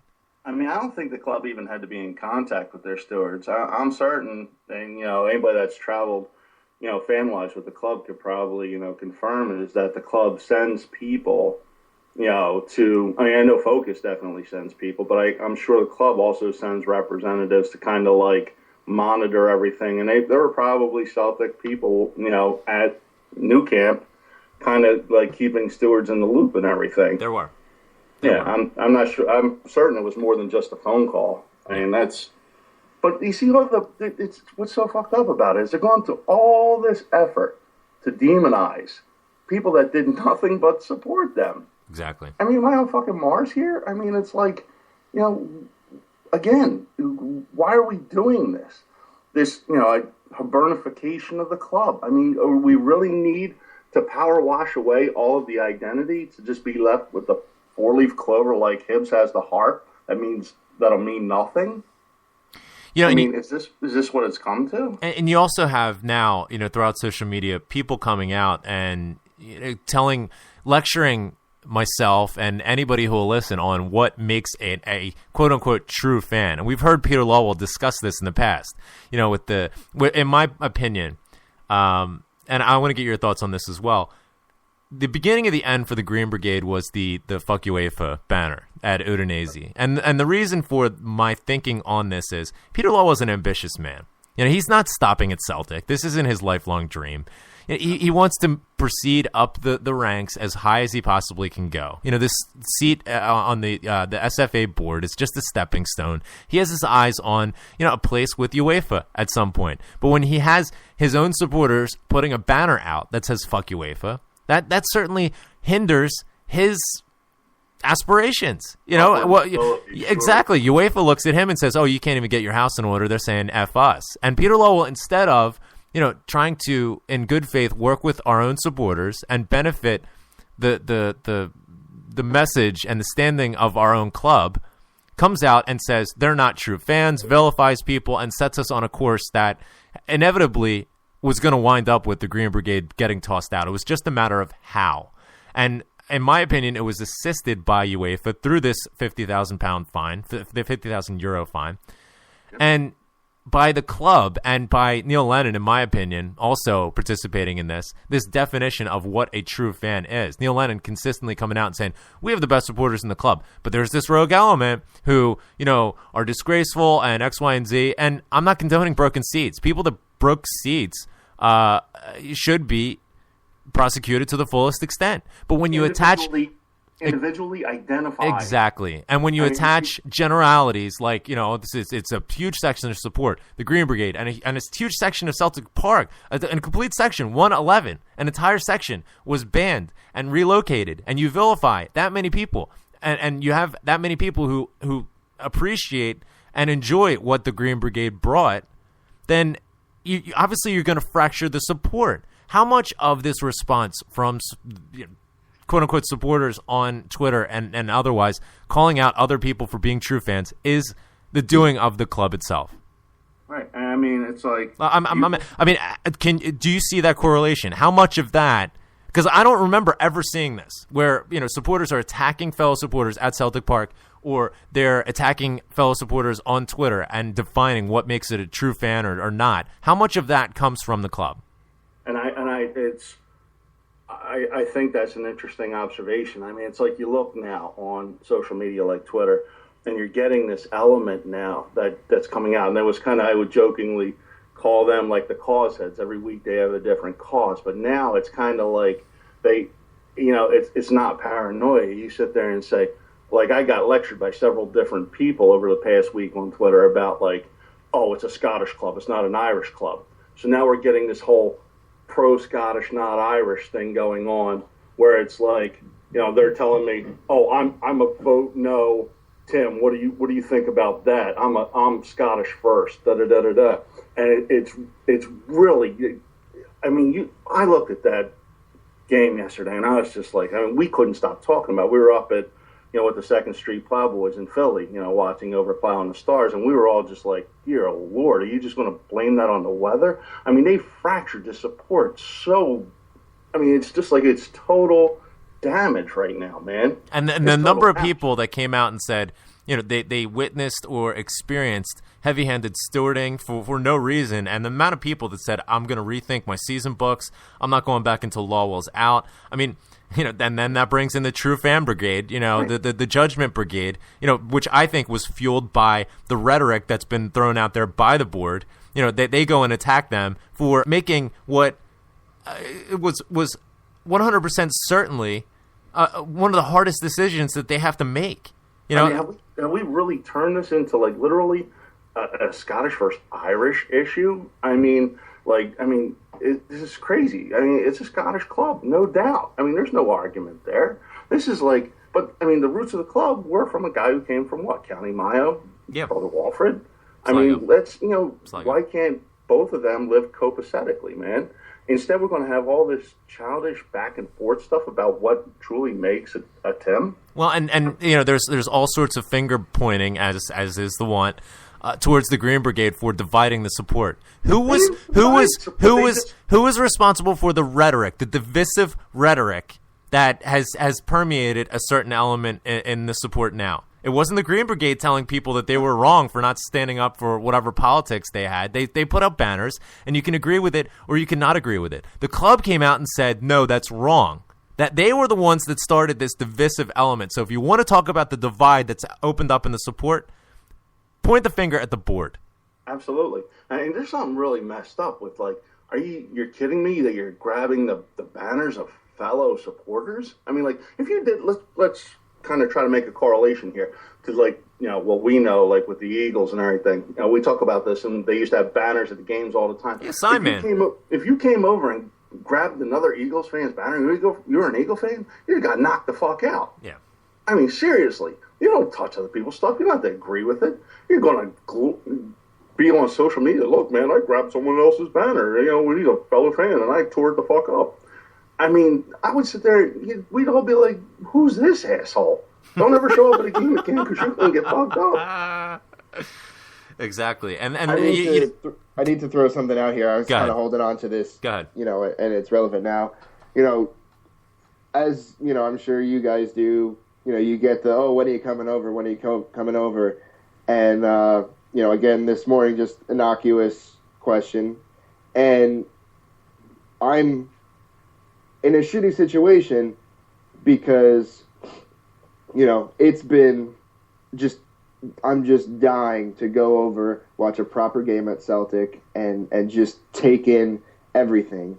And, to the point where when we get thrown the breadcrumbs and they come over once every 2-3 years and I go and I get to watch a game of, half scrubs play and I'm overjoyed and almost in tears at just getting that little bit of an experience, to where, now after the wedding, we pretty much broke even and, fortunately we've got a little bit of chunk of change. And the question came up, what do we do with this? Do we go on a honeymoon or something like that? And one of the ideas was, and, Amy's 100% on board with it because she knows how much it means to me. She's a saint. Yeah. to go over and catch a game, in a couple months. You, sir, married the right woman. Great woman there. But now after yesterday, I'm at the point like, I don't think I want to do that. I don't think I want to risk dropping this coin to go over on a trip, and if I stand up and sing, I get ejected from the game. Go to jail. Not just stand up and sing and get ejected. I mean, this isn't just North American arenas, man. They can lock your ass up. You know what? And let me jump in here real quick. Sorry, Rev. Go ahead. I'm sorry. No, and I'm not even talking about if I'm gonna sing like Go Home British Soldiers, like shit like that, or even though you want to the Roll of Honor, but I'm talking just a Celtic song, a proper going back to conversation before of what's deemed, a Celtic, song, a Exactly. football Who knows only what the song. line is, Rev? It's never been defined by the club, and it would be a common sense effort. Get locked up for or not. Yeah, it would be a common sense effort to put out a list. This is acceptable. This is not, and then at least at that point you can follow it. It's like, no, it's offensive. Well, no, I don't. But if they did send out a list, it would tie their hands in terms of being able to kick the Green Brigade or whoever they want out. With this level of subjectivity, they can kick out whoever it is that suits their needs. I mean, it's the same thing with the offensive behavior bill. It's so ambiguous that, it leaves the police with basically a blank check to lock up whoever the fuck they want. You saw the video yesterday. Not even going into that, but just for standing and singing "You'll Never Walk Alone," as going by the evidence and actions yesterday, that alone is enough to get you booted. Yeah. So why would I go right now? And especially subject your wife to it too. I mean, right? You have a lot to consider there. I mean, not for nothing, And Rev, you can kind of support this a little bit. It seems to me like a lot of this stuff is just very kind of done very knee-jerk reaction, just okay, now we're going to do this, and now we're going to do this, now we're going to do this. You go to an MLS match, and we talk just for a second. We'll throw it out there, with the Union, they have a supporter section, and they have pyro all the time. You have anybody with any disabilities whatsoever that could complain about pyro. What do? They move them to the other side of the stadium and put them in a family section. So they're away from the pyro. We have people standing up the whole match. Does anybody get hurt? No. There's no problems. Why is it that such a league that's been around for so long has so many organizational issues as compared to MLS, which is relatively young, 20 years or so, and they can have all this shit sorted out, and they have relatively no issues. Because Scottish football is run by idiots. It couldn't vote yet. That's how young MLS is. But and the basic premise is Scottish football is run by idiots who have zero foresight whatsoever, and quite honestly aren't interested in improving the game. They're interested in furthering their own standing. They changed the name from the SPL to the SPFL. I'm sorry, the name wasn't what needed changing. It was the people running it. You can call it Spiffle now. Okay, so now it's Spiffle, but you have the same idiots in charge. It's just like they're using... You put a fresh coat of paint on a condemned house. Right, or rearranging the deck chairs on the Titanic. Yeah, it just seems like they're putting more effort into kind of using the rules as a tool to get rid of and selectively choose who they want to view games and how they want them to view games, and they do as opposed to improving the product. Let's put it this way: the product is crap. It's crap. Let's call it that. You saw a team like Hearts get smoked. You saw a team like Aberdeen get smoked. We're going to win this league again, running away in a canter, as the Scottish guys like to call it. I could give a shit if Sevco ever came back, but there's a definite problem with the product in Scotland. Someone made a great point on Twitter. How many players have Celtic developed that have actually panned out long term recently? There's a definite kind of it seems like the game in Scotland is all geared about what can we do to get Sevco back in the game so we can make more money, as opposed to improving the overall product of the game. As if there was some sort of Shangri-La when Sevco or Rangers were still alive. As if there was no problem with the league, and all of the problems and the ills of the league started when Rangers died. I mean, it was a pile of shit when Rangers was still alive anyway. They were cheating just to try to compete to begin with, and the league turned their head and was just like, oh, well, as long as we can make money off of derbies and everything else, and Glasgow derbies, and as long as we're getting money and TV rights based off of that, then fuck what the overall product is. But how much TV money were they actually getting from it? I mean, it's minuscule in comparison. I mean, is that really going to revolutionize? Is that really going to fix all the ills? Is that going to revolutionize Scottish football? Make people, all over the world start to want to watch it again? No. But I mean, what's the alternative? I mean, right now, it's again, you have people running the game, and they're only doing what they do to kind of pad their pockets, man. Listen, let me. My idea is, and you just brought up the MLS, and obviously we're in America, so people who say, oh, you have this MLS perspective. I think it's a great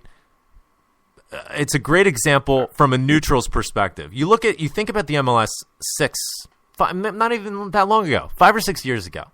And, they're playing these huge cavernous stadiums where you can't hear anybody. The supporters are way away from the stadium. And you can look at, not even MLS, Serie A.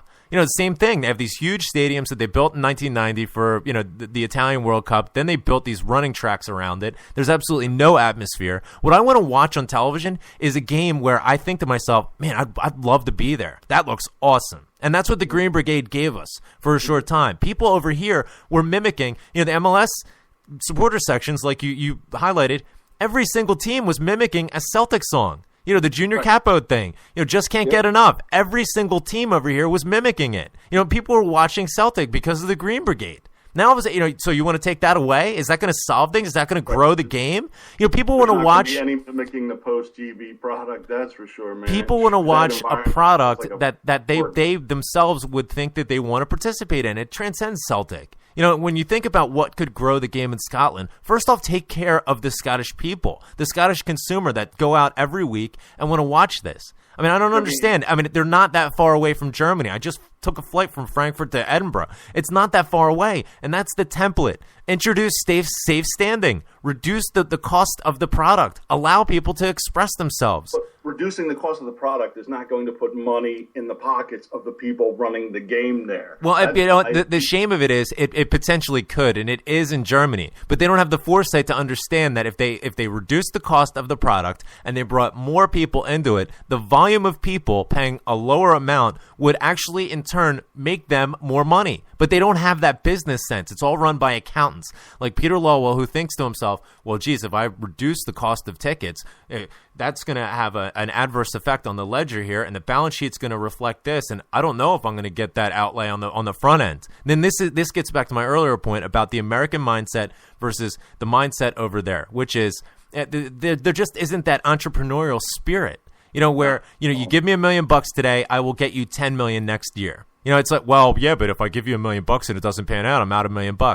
Lay your balls out there. You have an idea. Go out there and exploit it and use it. Yeah, but you're talking about people running the game, too, that are just greedy as fuck, man. Think about it. Here's a guy, Lowell, who sits there, and what we understand is Celtic having is a high-end budget for signing a transfer-type player at £4.2 million. And he has a chance with John Park scouting a guy like Finn Bogason, where they're like, Park saying that Finn Bogason is not a £5 million player. That they don't want to sit there and have the financial flexibility to pay the extra £800,000 to get a guy like Finn Bogason. It's like, nope, we're sticking to our budget. Why are they so? They don't have the foresight to see that this guy can be productive 10, 15 years down the road, or 10 years down the road for them. They'd rather sit on that extra £800,000. They're not parting with a fucking penny, not at all. We've seen it with the living wage. You've seen it with trying to sign a guy like Finn Bogason. They'd rather throw the cheaper amount of money at guys like Balde. They'd rather throw it at Bo Richter. They don't give a shit if these guys were reject projects for whatever reason. They'd rather throw a whole bunch of shit at the wall and hope one sticks than have to sit there and say, okay, well, we spent this amount of money. We had to go over a budget that we planned for. There's not a lot of intellectual foresight there, man. They're going to sit on every pound that they can because one less pound means out of their pocket. It just seems like they're cheap is what it is. Well, and there's no concept or wherewithal to build on your successes, not sit on your successes. That's what we're doing now. Oh, we just brought in £50 million from the Champions League and player sales. Let's sit on these successes. No, build on the successes. Use the resources that you brought in and reinvest in the club. But the bottom line is, Peter, and my impression is that, and I firmly believe this, Peter Lowell is using the football club to finance a stellar balance sheet. He has zero interest on the the exploits and the successes of the play on the park unless it affects the bottom line, i.e. not making the Champions League. So when we made the Champions League, it essentially reinforced the fact that we were going to make a shitload of money no matter what anyway. Maybe we wouldn't have the panoramic pictures like we did against Barcelona and all that, but we're still going to make a shitload of money, so job done. So we don't really need to reinvest or any of that. We're still going to get the butts in the seats, and Neil Lennon is just going to have to pull a rabbit out of the hat once again. Well, I'm sorry, but you can only strip down the team so much before you have to absolve Lennon of some blame, to a certain extent. Now, Lennon coming out this week and saying, oh, we're not going to spend all that much, and which to me was an asinine comment, saying, well, we spent $7 million in the transfer window. If we would have spent $7 million on a striker, we wouldn't be able to strengthen in other parts of the pitch. I'm sorry. What other parts of the pitch did you actually strengthen? What other players did you buy that actually had any sort of effect on the Champions League? Pookie did jack shit. Bo Richter was injured for most of it. Balde, he wouldn't even give him a shot and bring him off the bench. Balde's on the back of a milk carton, man. I don't think he played one game since the Liverpool friendly. I mean, he scored a couple goals in appearances where, the Partick Thistle game. He brings him on for 10 minutes, he scores a goal, and then he doesn't play him for another 3 weeks, and he persists with Pookie. It's telling that the manager won't give him any time. Why won't he give him any time? And he keeps labeling him, Balde's a project. Because he didn't sign him. It wasn't his signing. Pookie was the sort of plan B, plan C. And Lennon said, okay, well, if we can't have that player, we'll go with Pookie. So he's got all his eggs in the Pookie basket. And you know what? Credit to him. He scored a lovely goal yesterday. I saw a lot more from him that would be promising going forward, and hopefully he can build in this confidence. But getting back to the point from this summer, it's completely and utterly asinine to say that, if we would have spent the money that we needed to and brought Finn Bogason in, that we wouldn't be able to strengthen other parts of the pitch, especially considering Charlie Mulgrew, he plays every game no matter what. If there's not a place for him, he put him in goal. But here's my thing: if they're saying the difference was about that Heerenveen wanted $5 million, and we would only go as high as 4.2. You spent almost $10 million on Balde, Bo Richter, and Pookie. And they've done jack shit. You would have certainly had money left over to go get other people. I mean, even if you signed Finn Bogason, they signed that other kid, the Icelandic kid. What was he for £100,000 or whatever just recently? The fridge. Yeah, I mean, it's like there's other people you could get to fill spots. And again, if I don't think you should try to luck out with somebody that you need to replace a goal poacher like Cooper was. You can't. You kind of need to make sure you get a proven guy at the front there. It's just like a goalkeeper. You can't just make it a crapshoot and you say, well, what about Hooper? Now that doesn't happen every day where you sit there and go cheap on an attacking player and it pans out. Most of the time it just turns out like Pookie, where it's like you're paying him £3.5 million and he's not really doing much of anything. They need to flush the mindset that they currently have right now with this entire club. And I mean, that's from how they treat the fans on down. It seems like it's a club that's content to spend cheap and treat most of the fans like crap. I mean, Green Brigade's not there anymore, so who are the focus guys going to focus on now? It's just regular fans. And apparently they have no problem doing that either. So are we content to have the people who provide revenue on match day to be treated like shit too? Because eventually most of the people will just stop coming.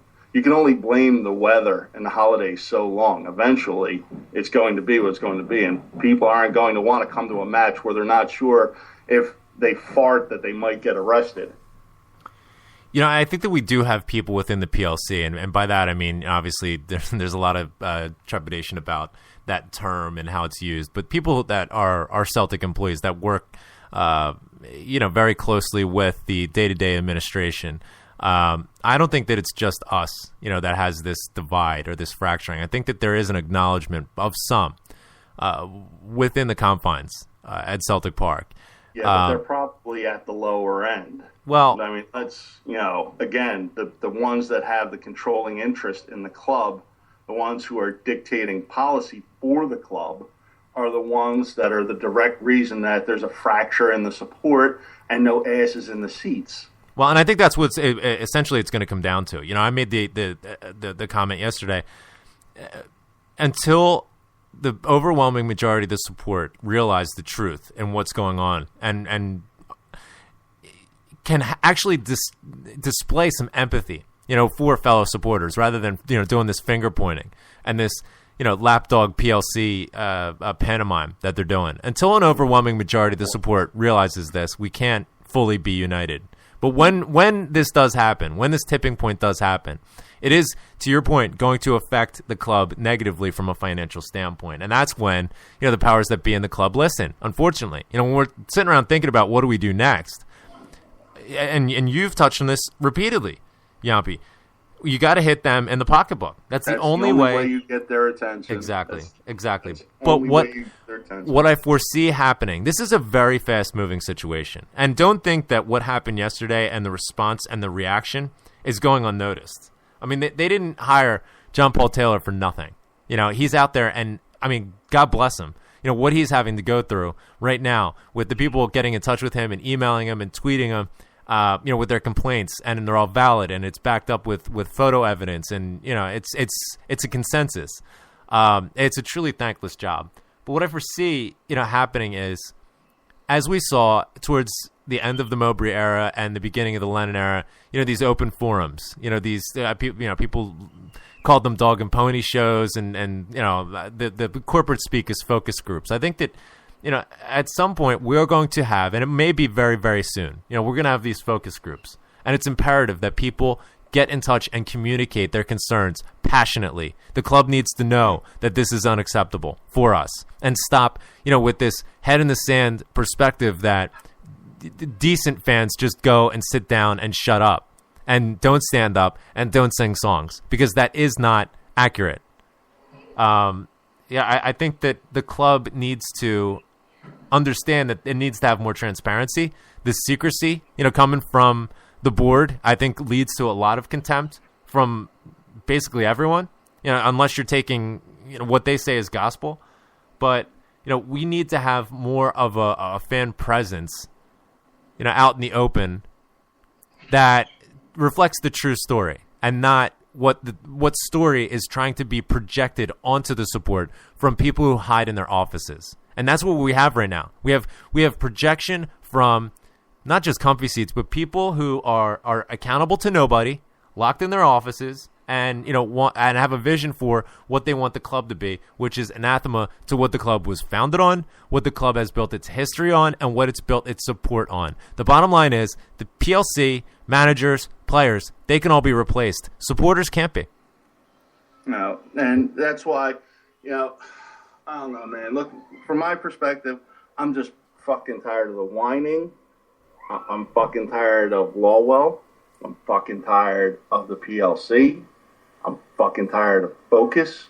I'm fucking tired of all this just incidental bullshit that seems to fucking follow every goddamn week. If it's not one thing, it's another, man. And it's ridiculous. It's like overmanaging a product until you drive the fucking plane into the ground. And that's what they've done. They made this so unpalatable right now.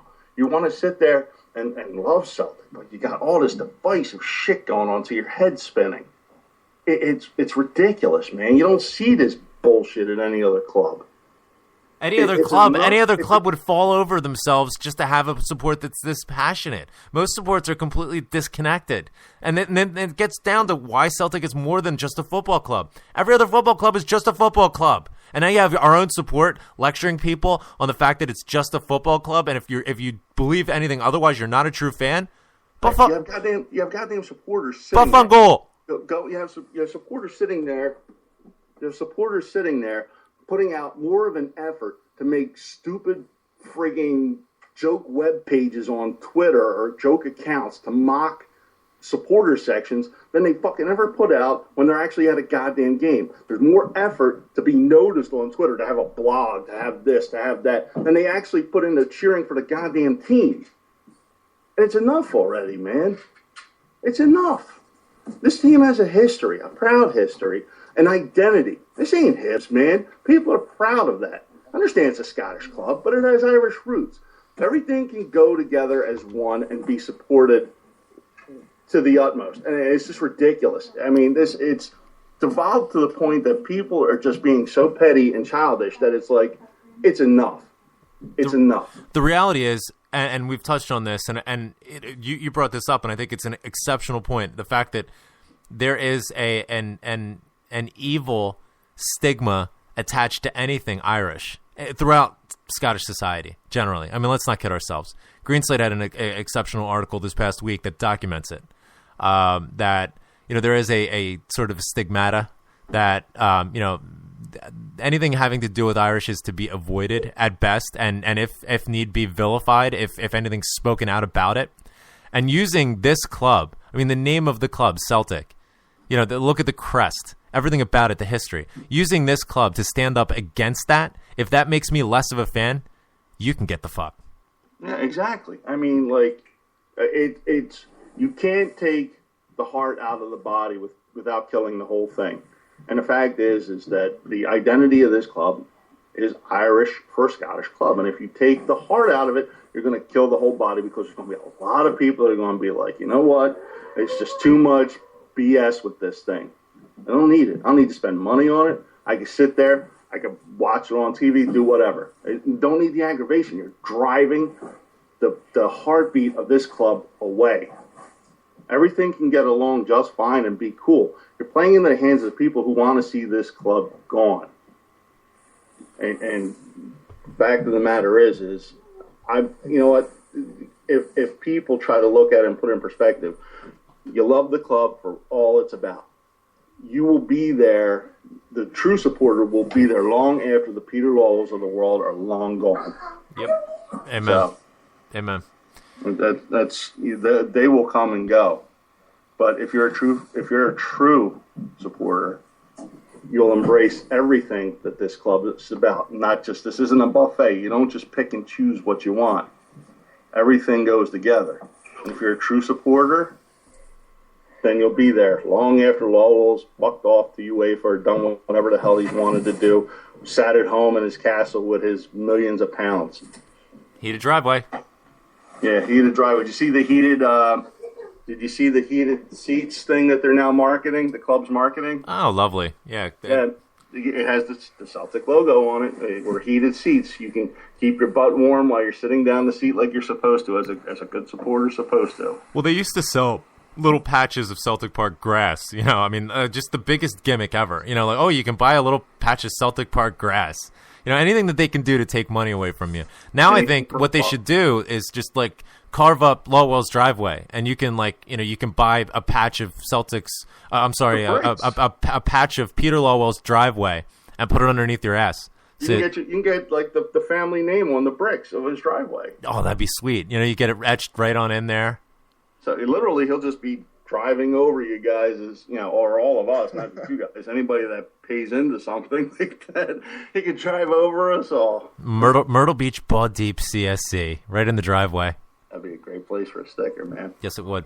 One thing that I did mention earlier in this week, I didn't get to it last week because there was so much to cover, and this week is certainly no difference. It's just some more reflections on my time in Scotland, specifically at Celtic Park, and why I left Celtic Park with a new awareness and perspective of what we over here are about, what we over here do, what we over here represent, go through.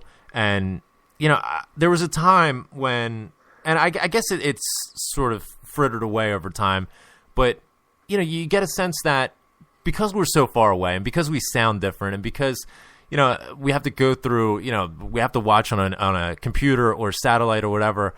It's not necessarily the same experience. It's so far withdrawn, and it's like, well, how connected are we? After leaving Celtic Park, not just this time, but to a certain extent in the Juventus game and elsewhere, it gave me a new appreciation and a sense of pride at what we do over here. And I will never look at us supporting the club over here the same way again, in terms of being disconnected or not really having quite that experience. What I witnessed was shocking to me, and I talked to several other people from our CSC that went over at the same time this past November, a couple of weeks ago. The amount of people that got to the stadium late and left early, way early, was mind-boggling to me. I thought it was at a Met game, to be honest. Nice comparison. There's people that get in 10 minutes after the kickoff, and we're having to stand up and let them go by, and fair enough. But I just never thought that would ever be the case. Where people talk so passionately about the club and what it means and how powerful it is, and then against Aberdeen, it's 1-1 in the 85th minute, and people are getting up and leaving. Not just a few people, tons of people were just flooding out of there.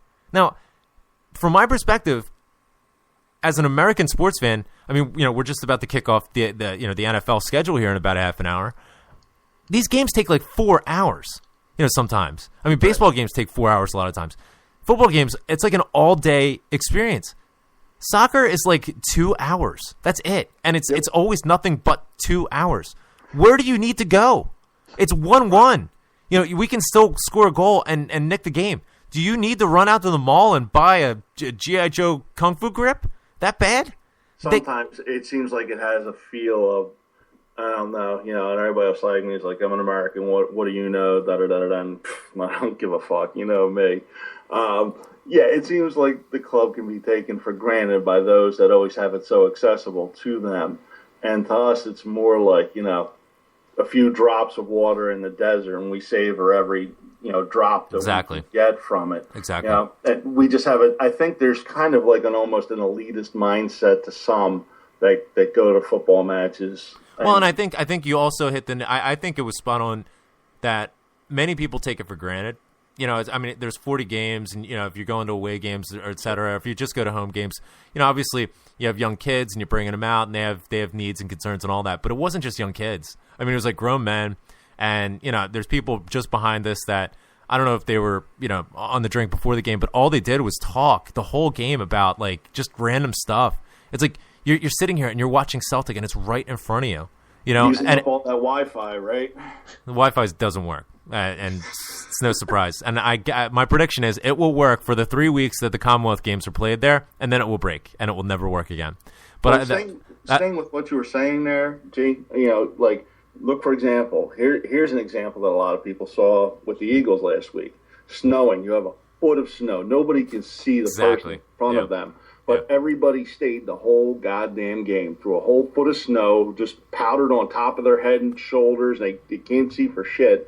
But it's a different – I think there is a different mindset. Is that sports here, I think we're a little more fanatical. Well, let's temper that with, there's far fewer NFL games. You get 8 games if you have season tickets, and nobody travels to away games. Unless they're really close, and that's more of a treat than the exception. But I think that there's more games being played in the spiffle right now. So it does sort of get diluted to a certain extent. But it's 2 hours. It's 2 hours of your life. It's not a drain on your day. Are you really in that big of a hurry to run out? And what do you have to do? Okay. You know what? No, you know what? Granted, this isn't a perfect analogy. This is a dream for me to not just go to Scotland once and see Celtic and go to Celtic Park and see Champions League games. I had the fortune to be able to do it twice. So obviously, I'm going to see it through different eyes. But getting back to my original point, and I want to cast sort of that judgment off to the side. It just reframed my perspective because there's so many people here and in Australia and throughout the world that those Australian guys, they watch fucking matches at like 4 a.m. and shit. Yeah, and we would do anything. We would move mountains. We would drive. There was a time when I was driving an hour to the CSC just to see the game at 7 a.m. That would kick off at 7 a.m. I'm proud of what the CSC is over here and the people that turn up every week to watch the game. I'm proud of what that represents. I'm proud of what that means. Except for the one Carney. Yeah, except for those bastards who will kick the Rev out. How dare they? Who could kick the Rev out? I don't know. He does look scary with that bald, shiny head. Although he's kind of chubby now, Yampy. Wait till you see him. He's put on a few pounds. He's a little plump. Oh. You know why? He's hitting that Taco Bell next door to his medicinal place. Yeah, he's got all those gordita pounds. He's made a run for the border few too many. Hey man, fourth meal, come on. Don't let him badmouth you, Rev. So anyway, I just, I have a new sort of a new perspective and a sense of pride, that and what we do and the passion that we exert, and listen, I understand there's circumstances that are involved, but I was just struck by, it's like the one off here or there, people, have to leave, whatever. There were a lot of people streaming out of there in the 85th minute. And then we scored a goal, and then we scored another goal. And I'm like, those pricks missed that. And it was just 2 hours of your time. Probably the same ones that threw their scarves, too. Yeah. Well, you know what? In times like this, where there is strife and conflict and, passions are running high, I'm never prouder to be a Celtic supporter. I would never let my scarf hit the ground. These are days when I walk out of the pub with my scarf on. After the Barcelona defeat, I'm not taking my scarf down. I'm not taking any of the scarf in my car down or any of that. I'm more proud than ever. Listening on TV, down 6-0 at the new camp, and you hear our supporters out singing Barcelona supporters. Well, that's because the stewards didn't tell them to sit down yet. Right. But I mean, like, seat warmers. That's a point of pride for me as a fan, as a supporter, is that in the, like, as far as the game itself is concerned, one of the worst games, on paper that we've ever played, at least in our lifetimes, and still the fans are still in it to the end. Come on. I mean, contrast that, Yampy, with our experience as Philadelphia sports fans. You think if we were getting beat 42-7, and in the old vet, or even at the link, come on. I mean, they would absolutely slaughter that team. I mean, they wouldn't leave early. They would boo. People booing, but you would, if you were walking out, you'd get the dogs' abuse. They would boo the shit out of those players. Yeah, I don't get that. I mean, it's like you would literally. Like at the old vet, even at the link now, and the link to me is a different story. It's kind of like you have more of the what I call the she upper crust kind of people because they wanted to get away from that vet environment with the animals in the 700 level. But it's like it still applies. If you walked out of there during a game, you remember I was telling you last week on Twitter, I was sitting there on like 14-0. We still got a game, man. Yeah. And it's like if you had people walking out. Oh, if you left early, you would get abused by your own fans. Yeah. Where the hell are you going? Get the hell back up here. You just don't walk out just for your own safety. Yeah.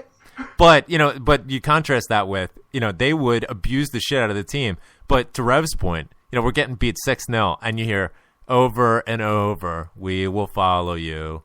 Over and over, faithful through and I just butchered it. But you know what I mean. Well, it speaks volumes to the people that went for what amounted to a meaningless game to begin with to make that trip. I mean, not for nothing. I mean, that's to know what they were going to walk into. There's going to be some bullshit to go on as a residual effect from what happened at Fir Park and everything else. But they went anyway. And we're going to take a bit of an ass whooping, but they stayed. They sung. They dealt with the bullshit from the stewards. Those are true fans, true supporters, man. And it's like, these are the people, the PLC is going out of their way to hassle, make this as unpalatable an experience as possible. Yeah. And I don't fucking get it. I mean, I do get it. I know why they're doing it, because they want to get rid of the whole Irishness of the club and make it just, their perfect picture of not offending anybody. The Emirates. Yeah, but it's like, these are the people you should be embracing. Yep. They're supporting your product through the roof, even when you give them no justification to do so. Well, I'll tell you what. Treat them like shit. You rip the soul out of the club, and good luck getting those season books sold come May and June. Best of luck. If nothing else, I'm going to love supporting this club even more just because it spites an asshole like Lowell. Yeah. Very good stuff. Yampy, thanks for calling in, pal. Say on that, fellas. Hey, Before then, have a happy holidays. Yep, same to you as well. Little prediction. Now that it's been announced that Adrian Peterson will not be available today. Yeah, the Vikings are all fucked up. Even the backup running backs out too, and their defensive backs. We should smoke these fuckers.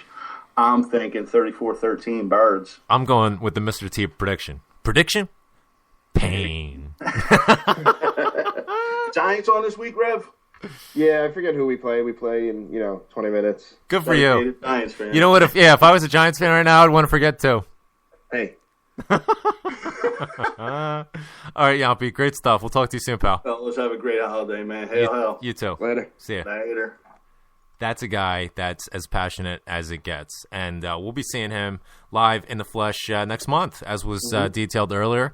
Myrtle Beach Ball Deep will be representing Dr. J, skipping around his schedule. And, get in touch with Ball Deep. He wants to send a sticker out. You get a picture taken next to something cool and, send you something nice. So I think I'm going to participate, but not, I don't need a ticket to fly to Philly, but I have a good spot. I think I could stick one.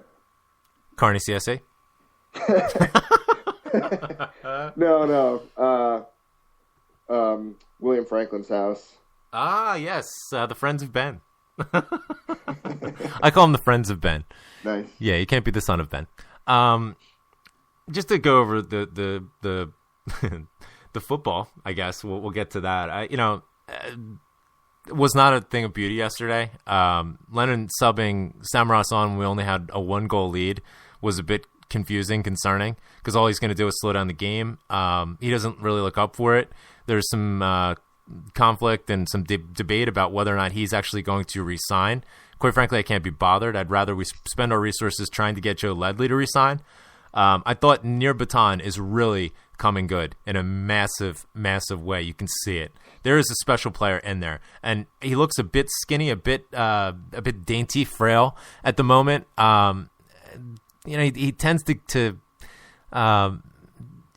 be a bit easy to push over. But I'll tell you what, he can pick a pass, no question about it. That's why we brought him in. I think that we may have a better version of Key, if you can, sort of fathom that.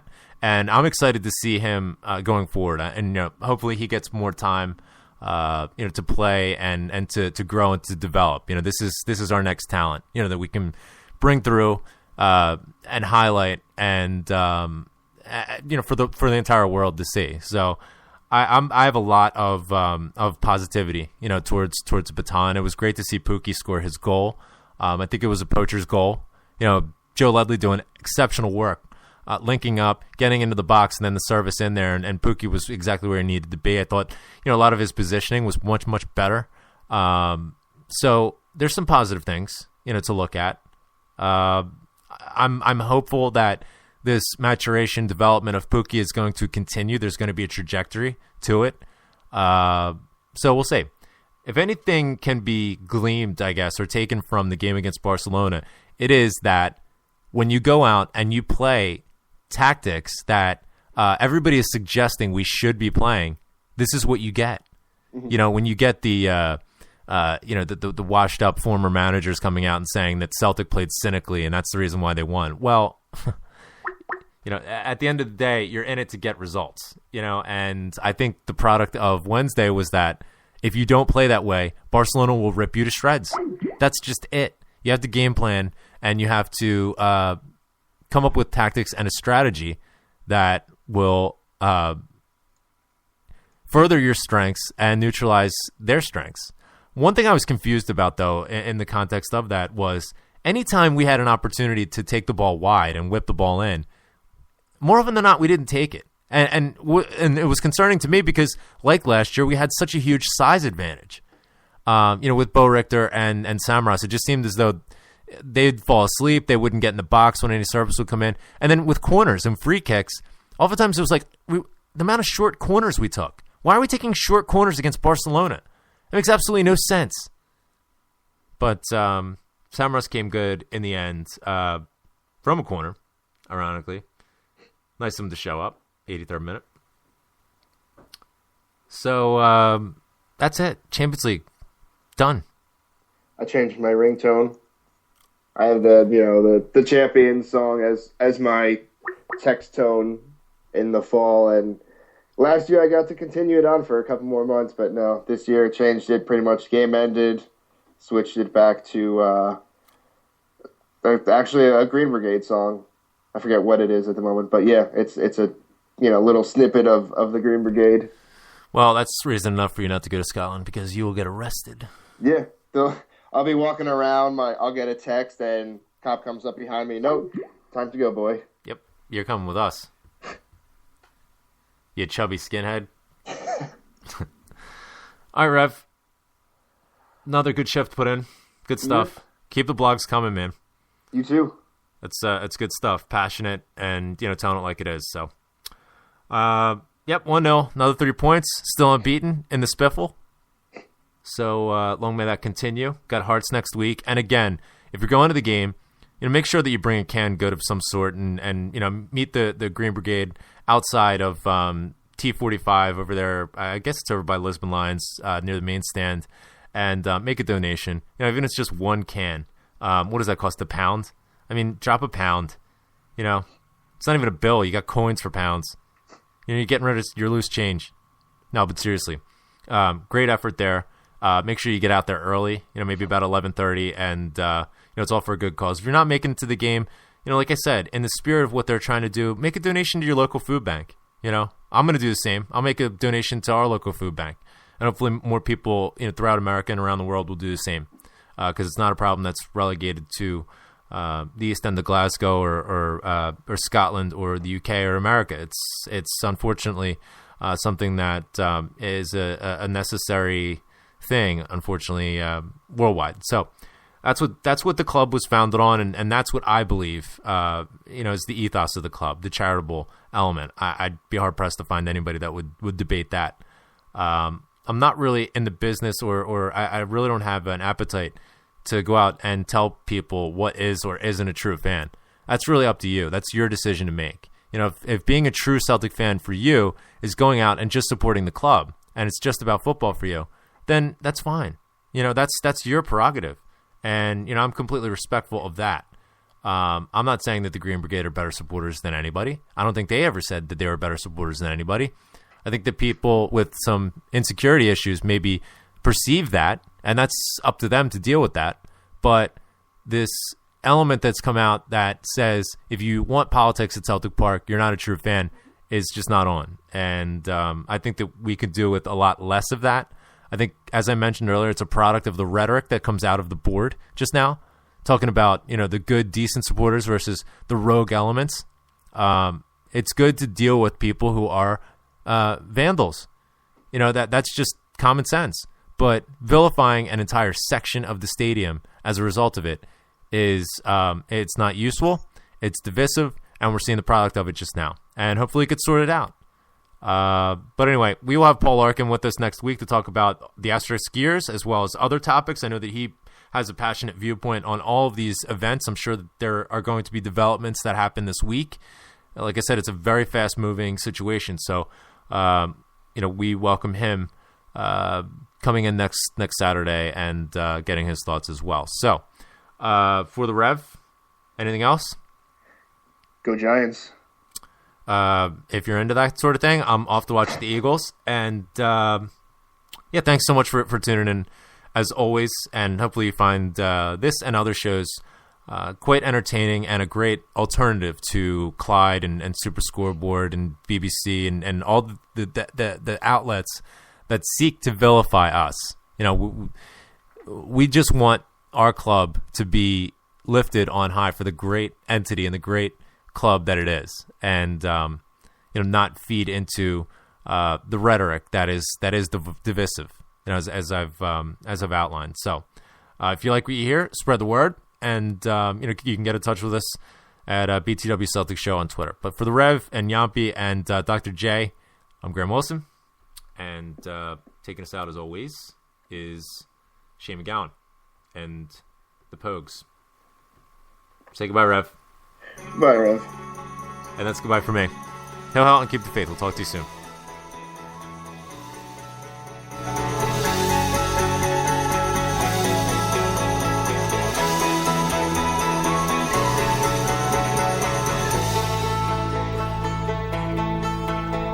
The island, it is silent now, but the ghosts still haunt the waves. And a torch lights up a famished man who fortune could not save. Did you work upon the railroads? Did you ride the streets of crime? Were your dollars from the White House? Were they from the 5 and dime? Did the old songs start to cheer you? And did they still make you cry? Did you count the months and years? Or did your teardrops quickly dry? I know 15 was not to be on a cupping ship. I came here and I never even got so far that they could change my name. Thousands are sailing across the western ocean to a land of opportunity that some of them will never see. Fortune prevailing across the western ocean, their bellies full, their spirits free. They'll break the chains of poverty and they'll dance.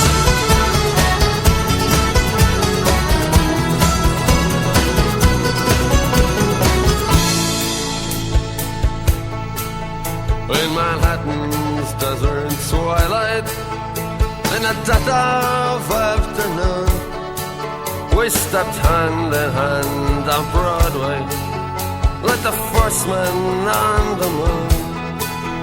And a blackbird broke the silence as you whistled, it's so sweet. And in Brendan Behan's footsteps, I danced up and down the street. And we said goodnight to Broadway, giving it our best regards. Tipped our hats to Mr. Cohen, dear old Times Square's favorite bird. Then we raised a glass to JFK and a dozen more besides. When I got back to my empty room, I suppose I must have cried. Thousands are sailing again across the ocean with a hand of opportunity. Just tickets in a lottery. Postcards were mailing of skyline skies and oceans, from rooms that daylight never sees. And lights don't glow on Christmas trees. And we danced to the music and we danced.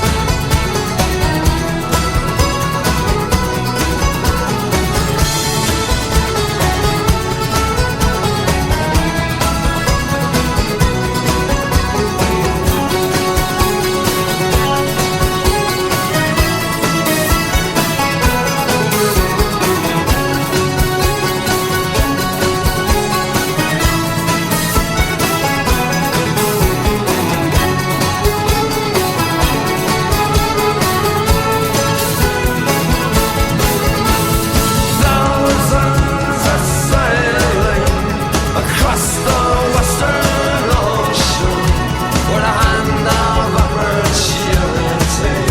Trust tickets